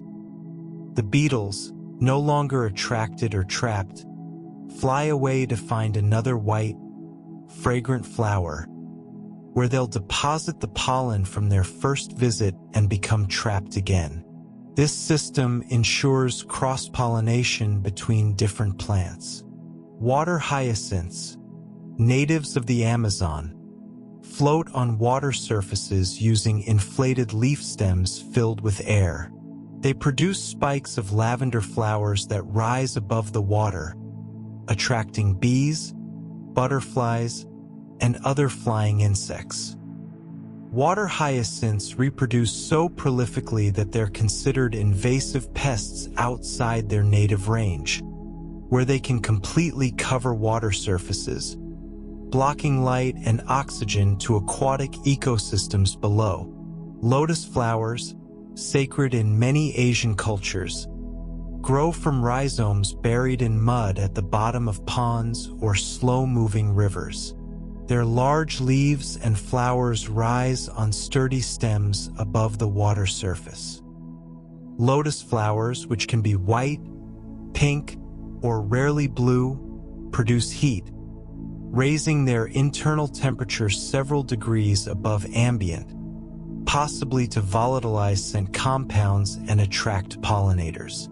The flowers are protogynous, meaning the female parts mature before the male parts, preventing self-pollination and encouraging cross-pollination. Beetles are the primary pollinators, attracted by the flower's warmth and sweet scent. Water lilies, unlike lotus flowers, have leaves and flowers that float on the water surface rather than rising above it. They open during the day or, in some tropical species, at night. Water lilies have evolved various pollination strategies. Some are pollinated by flies or beetles. Others are generalists that welcome many types of insects. The flowers typically have dozens of petals arranged in spirals, creating beautiful geometric patterns. Some aquatic plants have evolved wind pollination, their flowers rising above the water surface on tall stems where wind can carry pollen from one flower to another. Others use water itself for pollination, releasing pollen that floats on the surface until it contacts the stigma of another flower. A few species have evolved remarkable adaptations where male flowers break free and float to female flowers, or where pollen is released below water and rises in bubbles that burst near female flowers, releasing pollen into the air to be blown onto the stigmas. From scorching deserts to cool alpine peaks, from floating on still waters to hanging in rainforest canopies, flowers have found ways to thrive in virtually every environment Earth offers. Each habitat has shaped its flowers, and each flower has adapted in ways both subtle and dramatic, creating the spectacular diversity we see today. The healing powers of flowers. Flowers have served as medicine for as long as humans have recorded history, and likely for countless millennia before. Ancient texts from civilizations around the world describe the healing properties of various flowers, and modern science continues to discover bioactive compounds in flowers that validate many traditional uses while revealing new therapeutic possibilities. The relationship between flowers and medicine stretches back to humanity's earliest written records. The Ebers Papyrus, an Egyptian medical text dating to approximately 1550 BC, documents the use of chamomile, dedicating this humble flower to the sun god Ra and describing it as one of the most important healing plants.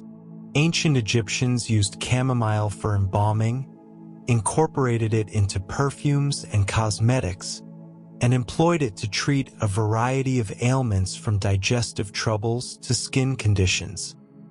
Chamomile belongs to the daisy family, Asteraceae, and two species are commonly used medicinally: German chamomile, Matricaria recutida, and Roman chamomile, Chamaemelum nobile. The name chamomile derives from ancient Greek words meaning ground apple, referring to the plant's low-growing habit and the apple-like scent of its fresh flowers. The healing properties of chamomile are remarkably diverse. The dried flowers contain over 120 identified chemical constituents, including terpenoids and flavonoids that contribute to its medicinal effects. One of the most important compounds is apigenin, a flavonoid with anti-inflammatory, antioxidant, and mild sedative properties. Chamomile also contains chamazoline, which gives the essential oil its characteristic blue color and provides potent anti-inflammatory effects. Chamomile tea, consumed more than 1 million cups per day worldwide, is one of the most popular herbal remedies. People drink it to promote relaxation and sleep, to soothe digestive discomfort including gas, bloating, and mild cramping, to ease menstrual discomfort, and to support general wellness. The German Commission E, an expert committee that evaluates herbal medicines, has officially approved chamomile for treating gastrointestinal spasms and inflammatory diseases of the gastrointestinal tract, as well as for external use to treat skin and mucous membrane inflammation. Lavender, with its distinctive fragrance and purple flower spikes, has been treasured for its medicinal properties for over 2,500 years. The name lavender comes from the Latin word lavare, meaning to wash, reflecting the ancient Romans' practice of adding lavender to their bathwater. Lavender essential oil, distilled from the flowers, has become one of the most widely used and researched aromatherapy oils. Modern research has documented lavender's sedative and anxiolytic properties. Studies have shown that inhaling lavender essential oil can reduce anxiety levels in various settings, from dental waiting rooms to intensive care units. One study found that patients in an ICU who inhaled lavender experienced decreased anxiety and improved sleep quality. Lavender oil contains over 100 different compounds, with linalool and linalool acetate being the primary active ingredients responsible for its calming effects. Lavender's uses extend beyond anxiety relief. The essential oil has demonstrated antibacterial and antifungal properties, making it useful in treating minor burns, cuts, and insect bites. Lavender has shown promise in reducing the frequency and severity of migraine headaches when applied topically to the temples. Some research suggests it may help with menstrual cramps when massaged onto the lower abdomen. Lavender sachets placed near pillows or in drawers have traditionally been used to promote restful sleep and protect stored fabrics from moths. In the modern pharmaceutical industry, flowers continue to provide valuable compounds. Perhaps no flower has contributed more dramatically to modern medicine than the rosy periwinkle, Catharanthus roseus, a modest flowering plant native to Madagascar. This small plant with pink or white flowers produces over 100 alkaloids, chemical compounds with nitrogen-containing structures that often have powerful effects on animal physiology. In the late 1950s, researchers investigating the rosy periwinkle for its potential to treat diabetes discovered that extracts from the plant dramatically reduced white blood cell counts in laboratory animals. This led to the isolation of two crucial alkaloids, vincristine and vinblastine. These compounds became foundation treatments for childhood leukemia and Hodgkin's lymphoma, transforming diseases that were once nearly always fatal into conditions with high survival rates. Vincristine and vinblastine work by disrupting the formation of microtubules, structures that cells need to divide. Cancer cells divide more rapidly than most normal cells, making them particularly vulnerable to these drugs.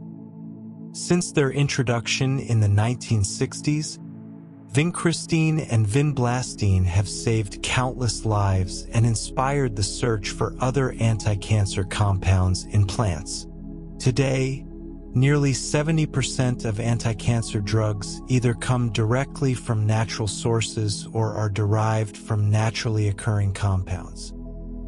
Foxglove, Digitalis purpurea, produces elegant spikes of tubular purple, pink, or white flowers, but every part of the plant contains potent cardiac glycosides, particularly digitoxin and digoxin. These compounds have been used to treat heart conditions for centuries. William Withering, an English physician, famously documented the use of foxglove for dropsy, fluid accumulation now recognized as a symptom of congestive heart failure, in his 1785 work, An Account of the Foxglove and Some of Its Medical Uses. Digoxin, still prescribed today, works by making heart contractions more forceful and slightly slowing the heart rate, improving the heart's pumping efficiency. The therapeutic dose lies close to the toxic dose, requiring careful monitoring, but for patients with certain heart conditions, digoxin remains an important treatment option more than 2 centuries after Withering's careful observations of traditional herbal practices. The opium poppy, Papaver somniferum, produces beautiful flowers in shades of white, pink, red, and purple, but it's the plant's seed pods that have provided humanity with some of our most powerful medicines and most dangerous drugs. The latex that exudes from scored poppy pods contains more than 20 different alkaloids, including morphine, codeine, and thebaine. Morphine, named after Morpheus, the Greek god of dreams, was first isolated from opium in the early 1800s. It remains one of the most effective pain relievers available, used to manage severe pain from surgery, injury, cancer, and other serious conditions. Codeine, another opium alkaloid, is used as a pain reliever and cough suppressant. Various semi-synthetic and synthetic derivatives of poppy alkaloids have been developed, expanding the pharmacological tools available to physicians while also contributing to ongoing challenges with opioid addiction. Arnica, a bright yellow flower growing in mountain meadows, has been used topically for centuries to treat bruises, sprains, and muscle aches. Arnica montana contains sesquiterpene lactones, including helena-lin, which have anti-inflammatory and analgesic properties. Modern preparations in gels, creams, and ointments are popular among athletes and others dealing with minor injuries. Some research suggests arnica preparations may reduce pain and inflammation when applied after surgery or injury, though more studies are needed to confirm effectiveness. Calendula, or pot marigold, with its cheerful orange and yellow flowers, has served as a wound-healing remedy since at least the 12th century. Calendula flowers contain triterpenoid saponins, flavonoids, and carotenoids that give the flowers their bright color. Calendula preparations have demonstrated anti-inflammatory, antimicrobial, and wound-healing properties. The flowers are commonly made into salves, creams, and oils for treating minor cuts, scrapes, burns, and skin irritations. Some hospitals have used calendula preparations to treat radiation burns in cancer patients, with studies suggesting it may reduce the severity of radiation-induced dermatitis. Echinacea, the purple coneflower native to North America, has become one of the most popular herbal supplements, particularly for immune support during cold and flu season. Native American peoples used echinacea for a wide variety of ailments. Today, research suggests that echinacea may modestly reduce the duration of cold symptoms and possibly reduce the likelihood of catching a cold when taken preventively. The flower contains alkamides, polysaccharides, and caffeic acid derivatives that may enhance immune function. Aromatherapy, the therapeutic use of plant essential oils, relies heavily on flowers. Rose essential oil, one of the most expensive and prized aromatherapy oils, takes enormous quantities of rose petals to produce. 1 drop of pure rose oil requires approximately 60 roses. Rose oil contains hundreds of chemical compounds, and its scent has been associated with reduced stress and anxiety, improved mood, and even enhanced romantic feelings.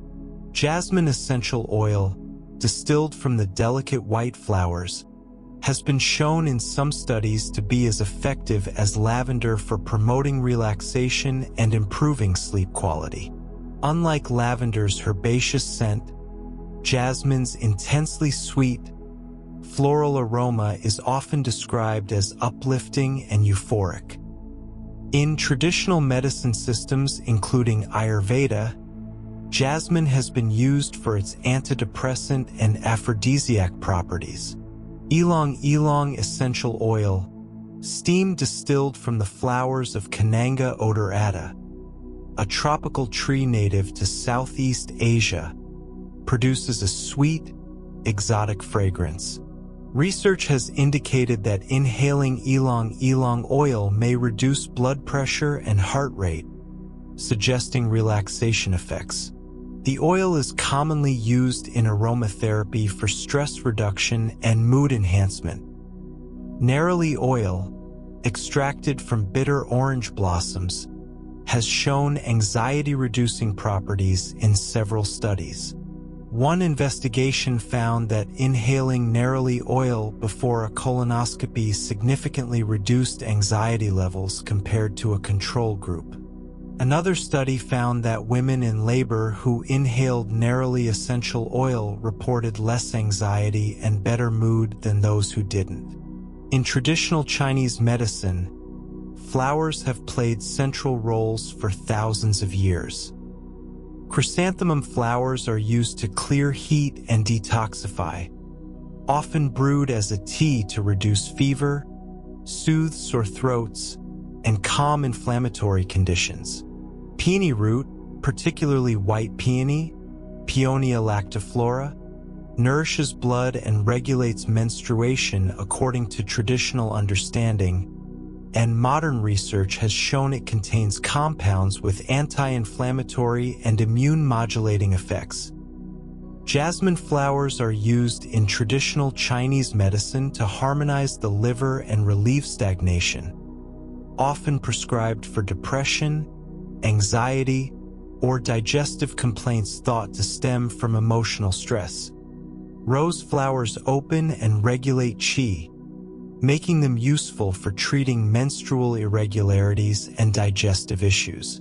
Ayurveda, the traditional medicine system of India, also makes extensive use of flowers. Ashoka flowers, from the Siraka Asoka tree, are used for their beneficial effects on the female reproductive system. Jasmine is considered cooling and calming, helpful for reducing excess heat in the body. Lotus flowers hold sacred status and are used for their cooling, calming properties, particularly benefiting the heart and mind. Blue lotus, Nymphea caerulea, sacred to ancient Egyptians and still used in some traditional medicine systems, contains aporphine alkaloids that may have mild sedative and euphoric effects. The flowers were depicted in ancient Egyptian art and apparently used in ceremonies and celebrations. The Madagascar periwinkle we discussed earlier for its cancer-fighting alkaloids has also been used traditionally for diabetes management, and research has confirmed that several compounds in the plant do have blood sugar-lowering effects, though the cancer drugs remain its most significant medical contribution. St. John's wort, Hypericum perforatum, produces cheerful yellow flowers and has become one of the most well-researched herbal medicines. Numerous studies have found that St. John's wort extracts are as effective as prescription antidepressants for treating mild to moderate depression, though they can interact with many medications, requiring caution. The flowers contain hypericin and hyperforin, compounds that affect neurotransmitter levels in the brain. Feverfew, Tanacetum parthenium, a small daisy-like flower, has been used since ancient Greek times to treat fever, hence its name. Modern research has focused on feverfew's potential to prevent migraine headaches. Some studies suggest that taking feverfew regularly may reduce the frequency of migraines, possibly through anti-inflammatory effects of perthenolide, a compound found in the flowers and leaves.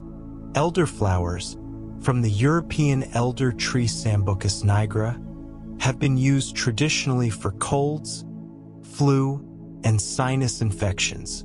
The flowers contain flavonoids and other compounds that may reduce inflammation and support immune function.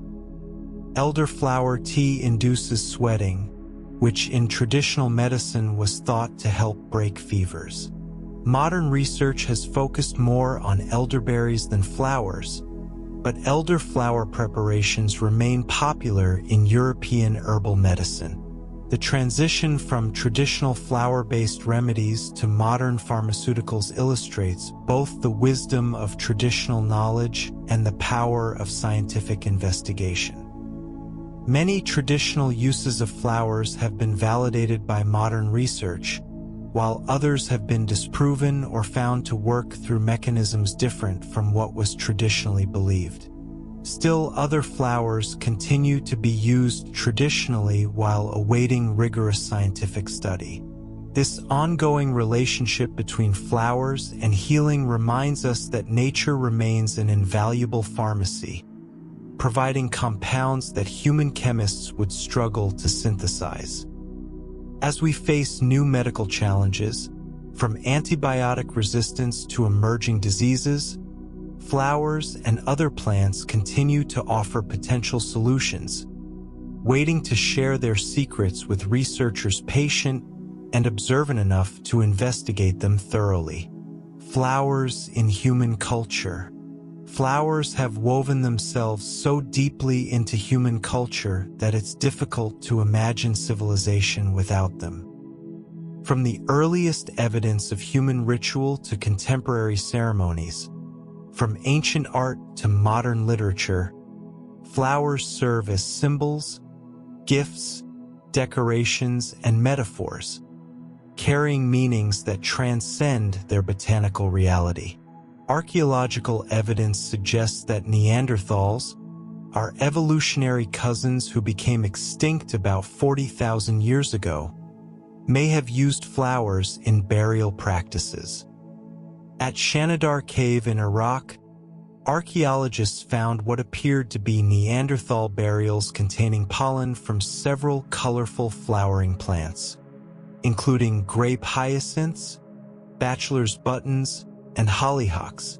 While some researchers debate whether the pollen arrived through natural processes rather than deliberate placement, the possibility that Neanderthals honored their dead with flowers speaks to something profound about the relationship between flowers and human consciousness. In ancient Egypt, flowers played crucial roles in both daily life and spiritual practices. The blue lotus held particular significance, associated with rebirth and the sun because its flowers close at night and reopen each morning. Blue lotus appears throughout Egyptian art, from tomb paintings to carved columns. Priests and nobility wore lotus flower headpieces during ceremonies. The flowers were apparently used in wine to create mildly psychoactive beverages for religious ceremonies. Roses, imported at great expense, were scattered at festivals and used to create perfumes. Egyptians developed sophisticated methods for extracting floral scents, creating some of humanity's earliest perfumes. Ancient Greeks associated specific flowers with their gods and myths. The rose belonged to Aphrodite, goddess of love and beauty, supposedly created when the goddess emerged from sea foam, causing roses to bloom wherever her feet touched the earth. Narcissus flowers were said to have grown where the vain youth Narcissus pined away while gazing at his reflection. Hyacinths sprouted from the blood of Hyacinthos, a beautiful youth accidentally killed by Apollo. These mythological associations imbued flowers with symbolic meanings that persisted for millennia. Romans took flower appreciation to extravagant levels. Wealthy Romans imported flowers from across the empire, sometimes spending fortunes to have rose petals shipped from Egypt. At lavish banquets, guests wore flower crowns, reclined on cushions stuffed with petals, and watched as slaves released cascades of rose petals from the ceiling. Emperor Nero supposedly spent the equivalent of millions of dollars on roses for a single banquet. Petals were scattered on floors, floated in wine, and woven into garlands. The Latin phrase sub rosa, meaning under the rose, originated from the practice of hanging a rose above meeting places to indicate that discussions were confidential, giving us the term for secrecy. In ancient Rome, different flowers carried specific meanings. Roses symbolized love and beauty, but also secrecy and confidentiality. Lilies represented purity and virtue. Violets signaled modesty and faithfulness. These associations evolved into increasingly elaborate systems of floral symbolism in later European cultures. Christianity adopted and adapted floral symbolism. The white lily became associated with the Virgin Mary, representing purity and innocence. The rose, previously linked to pagan goddesses, was transformed into the Virgin symbol as well, with the rosary, that string of prayer beads, literally meaning rose garden. Different colored roses took on specific meanings. Red for martyrdom and Christ's blood, white for purity, yellow for joy and resurrection. Medieval gardens in Europe frequently centered around religious symbolism. Monastery gardens included roses, lilies, and violets specifically for their associations with Mary. The Hortus Conclusus, or enclosed garden, became a metaphor for Mary's virginity, depicted in countless paintings with the Virgin seated in a flower-filled garden surrounded by walls. In Islamic culture, gardens and flowers held spiritual significance as earthly reflections of paradise. The Quran describes paradise as gardens beneath which rivers flow, filled with beautiful plants. Islamic art, which avoided depicting humans and animals in religious contexts, developed extraordinary sophistication in depicting flowers and plants. Persian carpets featured elaborate floral designs. Ceramic tiles in mosques displayed intricate botanical patterns. The rose became particularly significant in Sufi poetry as a metaphor for divine beauty and the human soul's longing for God. In Japan, flower appreciation evolved into a refined art. Hanami, the practice of viewing cherry blossoms, has been celebrated for over 1,000 years. When cherry trees bloom each spring, covering themselves in clouds of pale pink or white flowers that last only a week or two, Japanese people hold parties beneath the trees, appreciating the flowers' beauty while contemplating their transience. The cherry blossom, sakura, symbolizes the ephemeral nature of life, a central concept in Japanese aesthetics. Ikebana, the Japanese art of flower arrangement, developed from Buddhist flower offerings and became a sophisticated discipline with specific schools, rules, and philosophies. Unlike Western flower arranging, which often emphasizes abundance and symmetry, Ikebana creates minimalist compositions that consider not just the flowers but the stems, leaves, container, and empty space. Each element carries meaning, and arrangements aim to capture the essence of the passing seasons, natural landscapes, or philosophical concepts. The Victorian era in Europe saw the development of florography, an elaborate language of flowers where each bloom, color, and even the way flowers were presented carried specific coded meanings. Young people in the strict social environment of the 19th century used flowers to communicate feelings they couldn't express directly. A suitor might send yellow roses to demonstrate friendship, red roses to declare love, or orange blossoms to suggest marriage. Receiving a bouquet became an exercise in interpretation. Entire dictionaries were published explaining floral meanings. Red carnations meant my heart aches for you. Yellow carnations expressed disappointment. White carnations represented pure love. Forget-me-nots requested that the recipient remember the sender. Ivy symbolized fidelity and marriage.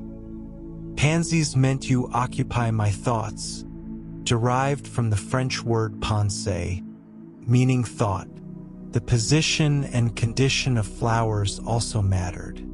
Presenting flowers upright meant the message should be taken positively, while flowers offered upside down reversed their meaning. Stripped thorns from roses indicated there was nothing to fear, while intact thorns suggested caution. The right hand versus left hand presentation, ribbons tied in specific ways, even the specific number of flowers all contributed to the message. While florography's strict codes have largely faded, vestiges remain. Red roses still symbolize romantic love, especially on Valentine's Day. White lilies remain associated with funerals and sympathy.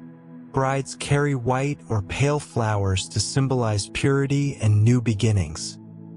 Poppies commemorate fallen soldiers in many Commonwealth countries, stemming from John McCrae's World War I poem In Flanders Fields, which described poppies growing among soldiers' graves.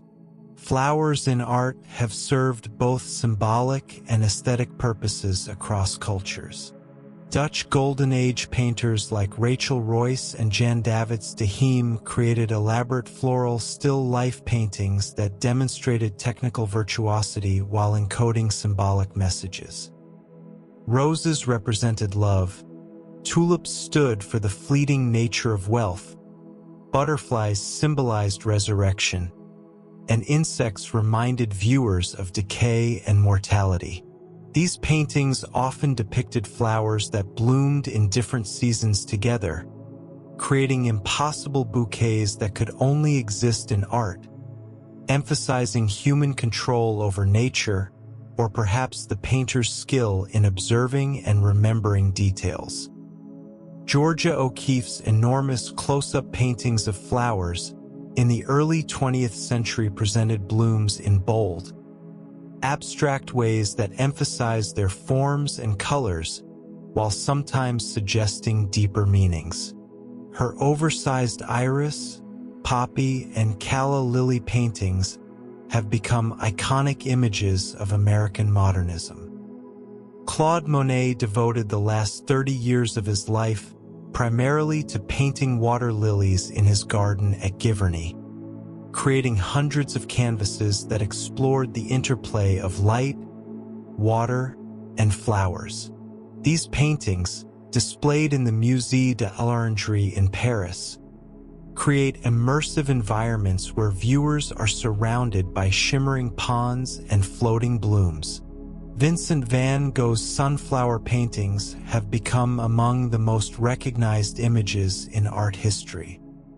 Van Gogh painted sunflowers in Arles in 1888, creating vibrant studies in yellow that represented gratitude, optimism, and life itself to the troubled artist. In literature, flowers function as symbols, settings, and characters. Shakespeare employed floral imagery throughout his works. Ophelia in Hamlet distributes flowers while descending into madness, each flower carrying symbolic weight. Rosemary for remembrance, pansies for thoughts, fennel for flattery, columbines for forsaken love, rue for regret.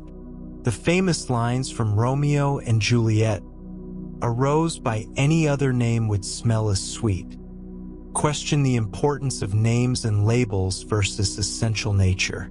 Romantic poets returned repeatedly to flowers.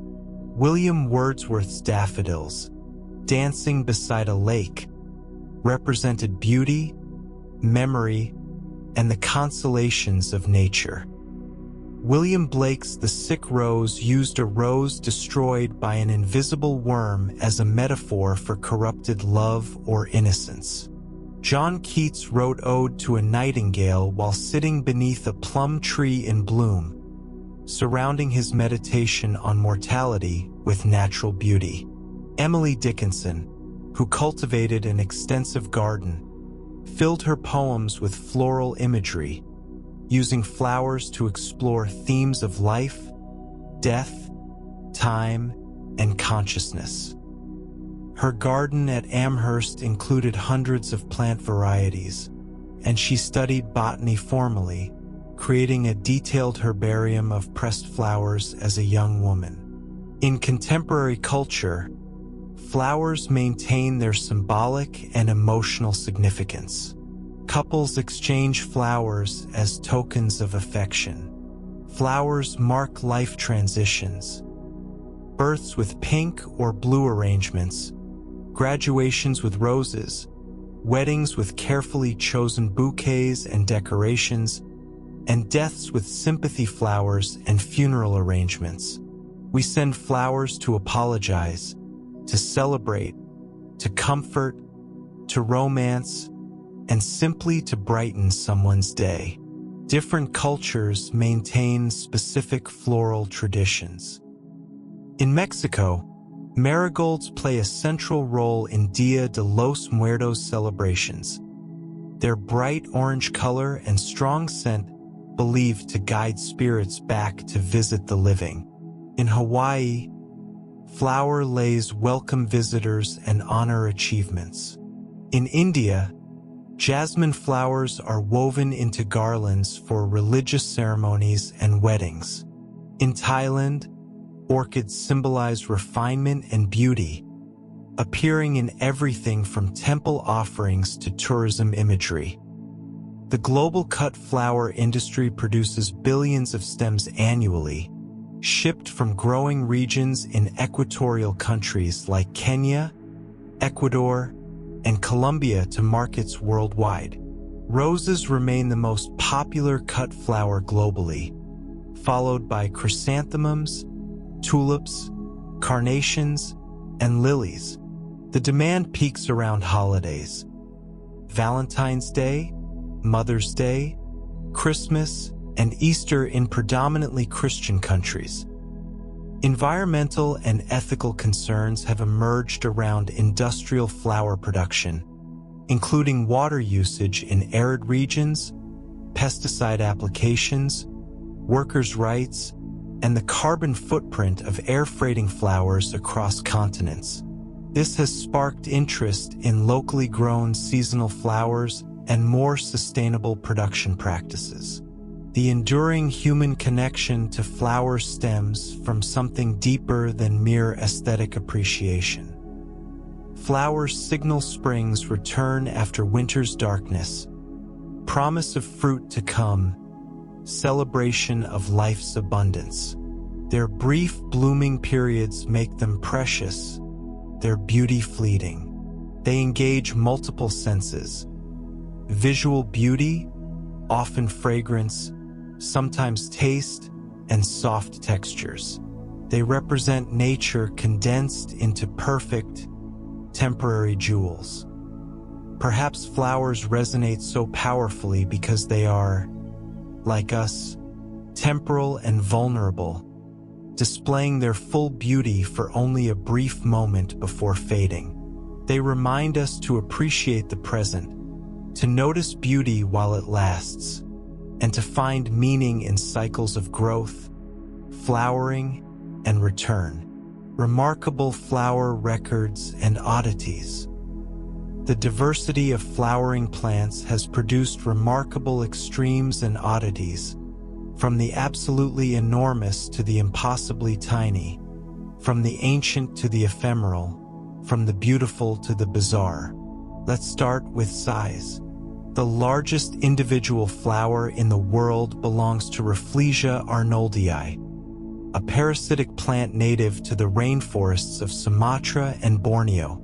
These extraordinary blooms can measure over 3 feet in diameter and weigh more than 20 pounds. The flower consists of 5 thick, fleshy petals surrounding a central opening, all in mottled reds, browns, and whites. But despite its impressive dimensions, Rafflesia's most memorable characteristic might be its smell. The flower emits a powerful odor of rotting flesh, which has earned it nicknames like corpse flower and stinking corpse lily. This grotesque scent serves a purpose: attracting carrion flies that pollinate the flower. Rafflesia leads a strange life even beyond its spectacular blooms. The plant has no leaves, stems, or roots in the conventional sense. Instead, it exists as thread-like filaments inside the tissues of tetrastigma vines, parasitizing its host completely. Only when ready to reproduce does Rafflesia reveal itself, forming a cabbage-sized bud on the outside of the host vine that swells over several months before bursting open. The flower blooms for only 5 to 7 days before collapsing into a black, oozing mass. Finding a blooming Rafflesia is considered extraordinarily fortunate, as they're unpredictable and rare. The plants are also endangered due to habitat loss and the difficulty of cultivation. While Rafflesia holds the record for largest individual flower, the Titan arum Amorphophallus titanum produces the largest unbranched inflorescence, a cluster of flowers so large and structured that it's commonly mistaken for a single bloom. Native to the rainforests of Sumatra, the Titan arum can grow over 10 feet tall and nearly 5 feet wide. The structure consists of a deep maroon petal-like spathe surrounding a tall, pale central spike called a spadix. Like Rafflesia, the Titan arum produces an overpowering carrion scent, though it only emits this smell for the 24 to 48 hours that the inflorescence is receptive to pollination. Growing a Titan arum to blooming requires extraordinary patience. The plant produces a single enormous leaf that can grow over 15 feet tall and wide, which photosynthesizes for about a year before dying back. The plant then rests. After many years of this cycle, having stored enough energy in its underground corm, which can weigh over 200 pounds, the plant finally produces a bloom. Even then, the bloom lasts only a day or two. Botanical gardens that successfully cultivate Titan arums to blooming often extend their visiting hours and attract thousands of visitors eager to experience the rare event, despite the nauseating smell. At the opposite extreme, the smallest flowering plants belong to the Wolfia genus, commonly called watermeal. These aquatic plants float on still or slow-moving water and are so tiny that they resemble grains of cornmeal, hence their common name. Individual plants measure only about 1/3 to 1/2 of a millimeter across, making them smaller than some grains of sand. Several dozen plants could fit on the head of a pin. Despite their minute size, Wolfia plants do produce flowers, though you'd need magnification to see them. The flowers lack petals and consist of a single stamen and one pistil in a depression on the plant's upper surface.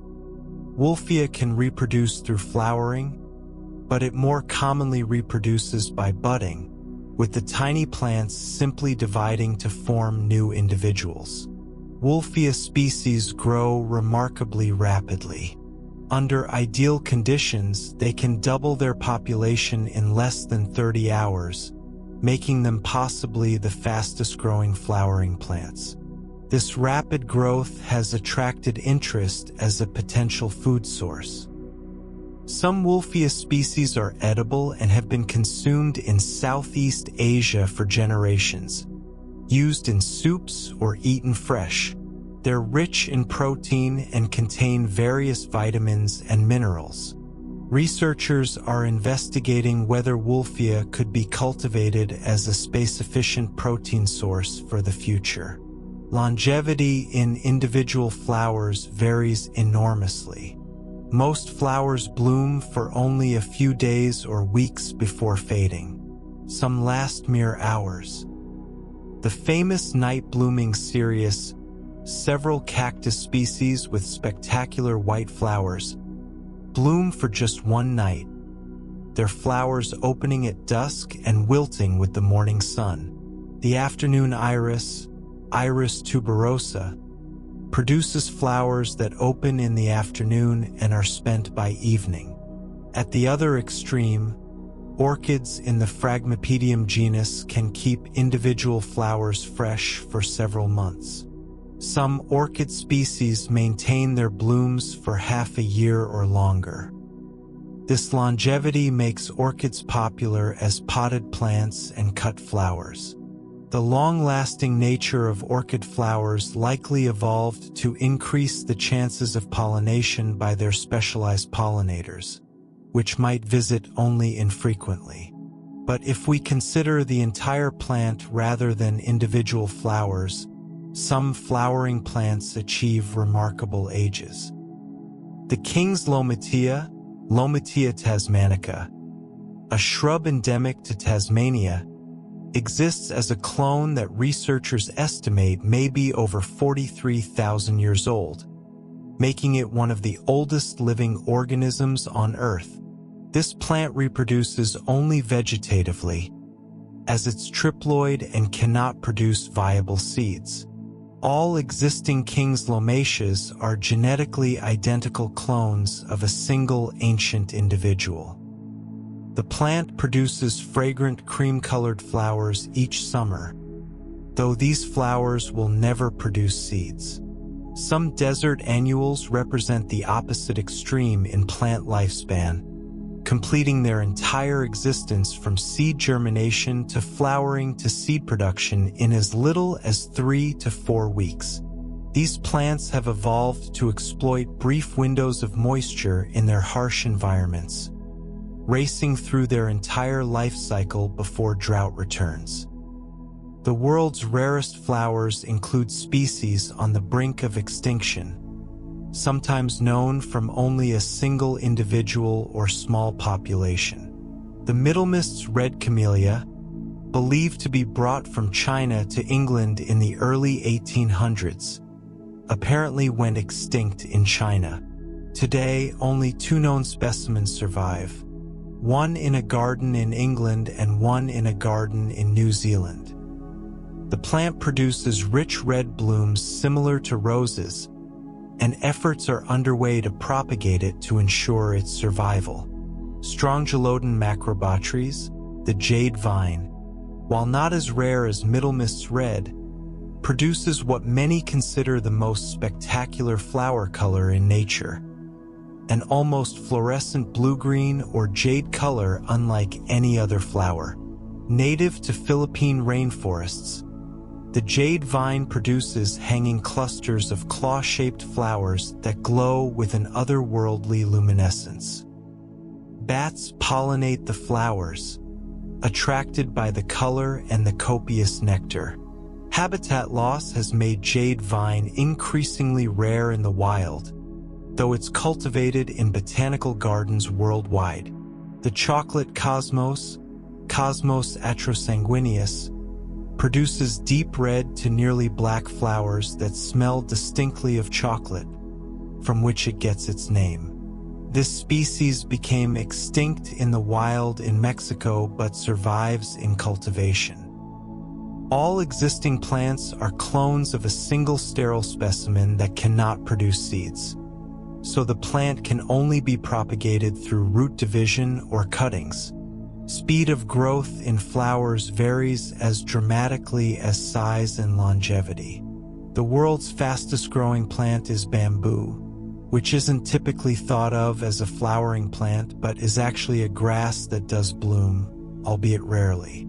Some bamboo species can grow over 3 feet in a single day under ideal conditions.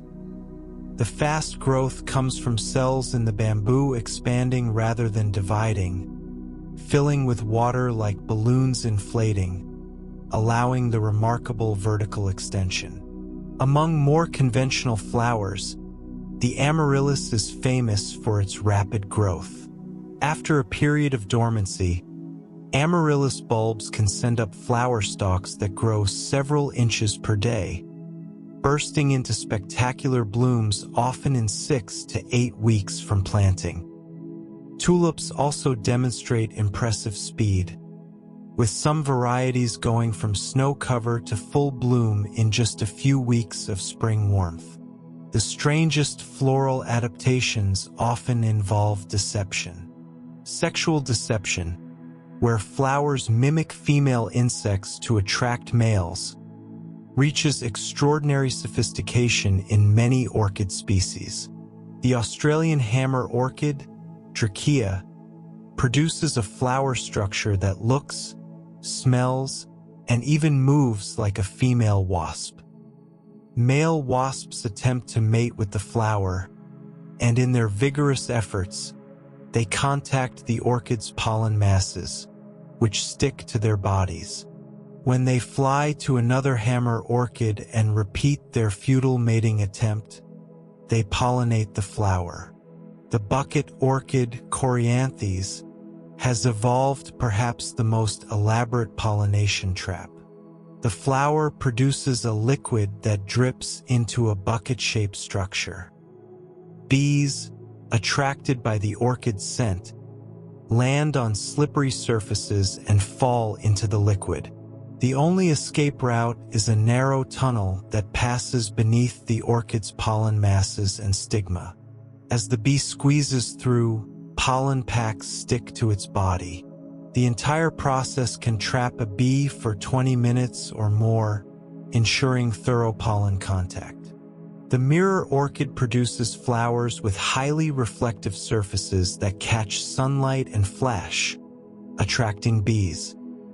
The bee orchid has evolved flowers that so precisely mimic female bees that male bees attempt to mate with them despite the flowers offering no reward. Some flowers have evolved to trap and digest insects, supplementing their nutrition with captured prey. While these plants are often called carnivorous plants, the more accurate term is protocarnivorous, as they're flowering plants that have evolved to capture insects. The Venus flytrap, perhaps the most famous, snaps shut in about 1/10 of a second when trigger hairs inside its leaves are touched, making it one of the fastest movements in the plant kingdom. Sundews catch insects on sticky droplets that glisten like dew. Pitcher plants create deep vessels filled with digestive enzymes where insects drown and are broken down. These are plants turned predator, an extraordinary evolutionary development that demonstrates how flowers and flowering plants have explored nearly every possible survival strategy, from the gigantic to the microscopic, from the beautiful to the grotesque, from the ancient to the ephemeral. And with that, we conclude our journey through the fascinating world of flowers. From the intricate partnerships between blooms and their pollinators to the remarkable adaptations that allow flowers to thrive in the harshest environments on Earth. From their ancient healing powers to their deep cultural significance, flowers continue to surprise, delight, and inspire us. These botanical marvels represent millions of years of evolution, each petal and pistil shaped by the forces of natural selection into forms of extraordinary beauty and function. Whether it's the Titan aram's towering inflorescence, the desert annual waiting patiently for rain, or the humble chamomile offering its healing properties, every flower has a story to tell. I hope this exploration has given you a new appreciation for the flowers you encounter in your daily life. From wildflowers along the roadside to blooms in your garden to arrangements brightening your home, each one is a small miracle of nature's creativity. If you enjoyed this journey into the world of flowers, please consider liking this video and subscribing to Deep Science Sleep for more relaxing explorations of scientific wonders. Your support helps us continue creating these peaceful, educational journeys through the marvels of our natural world.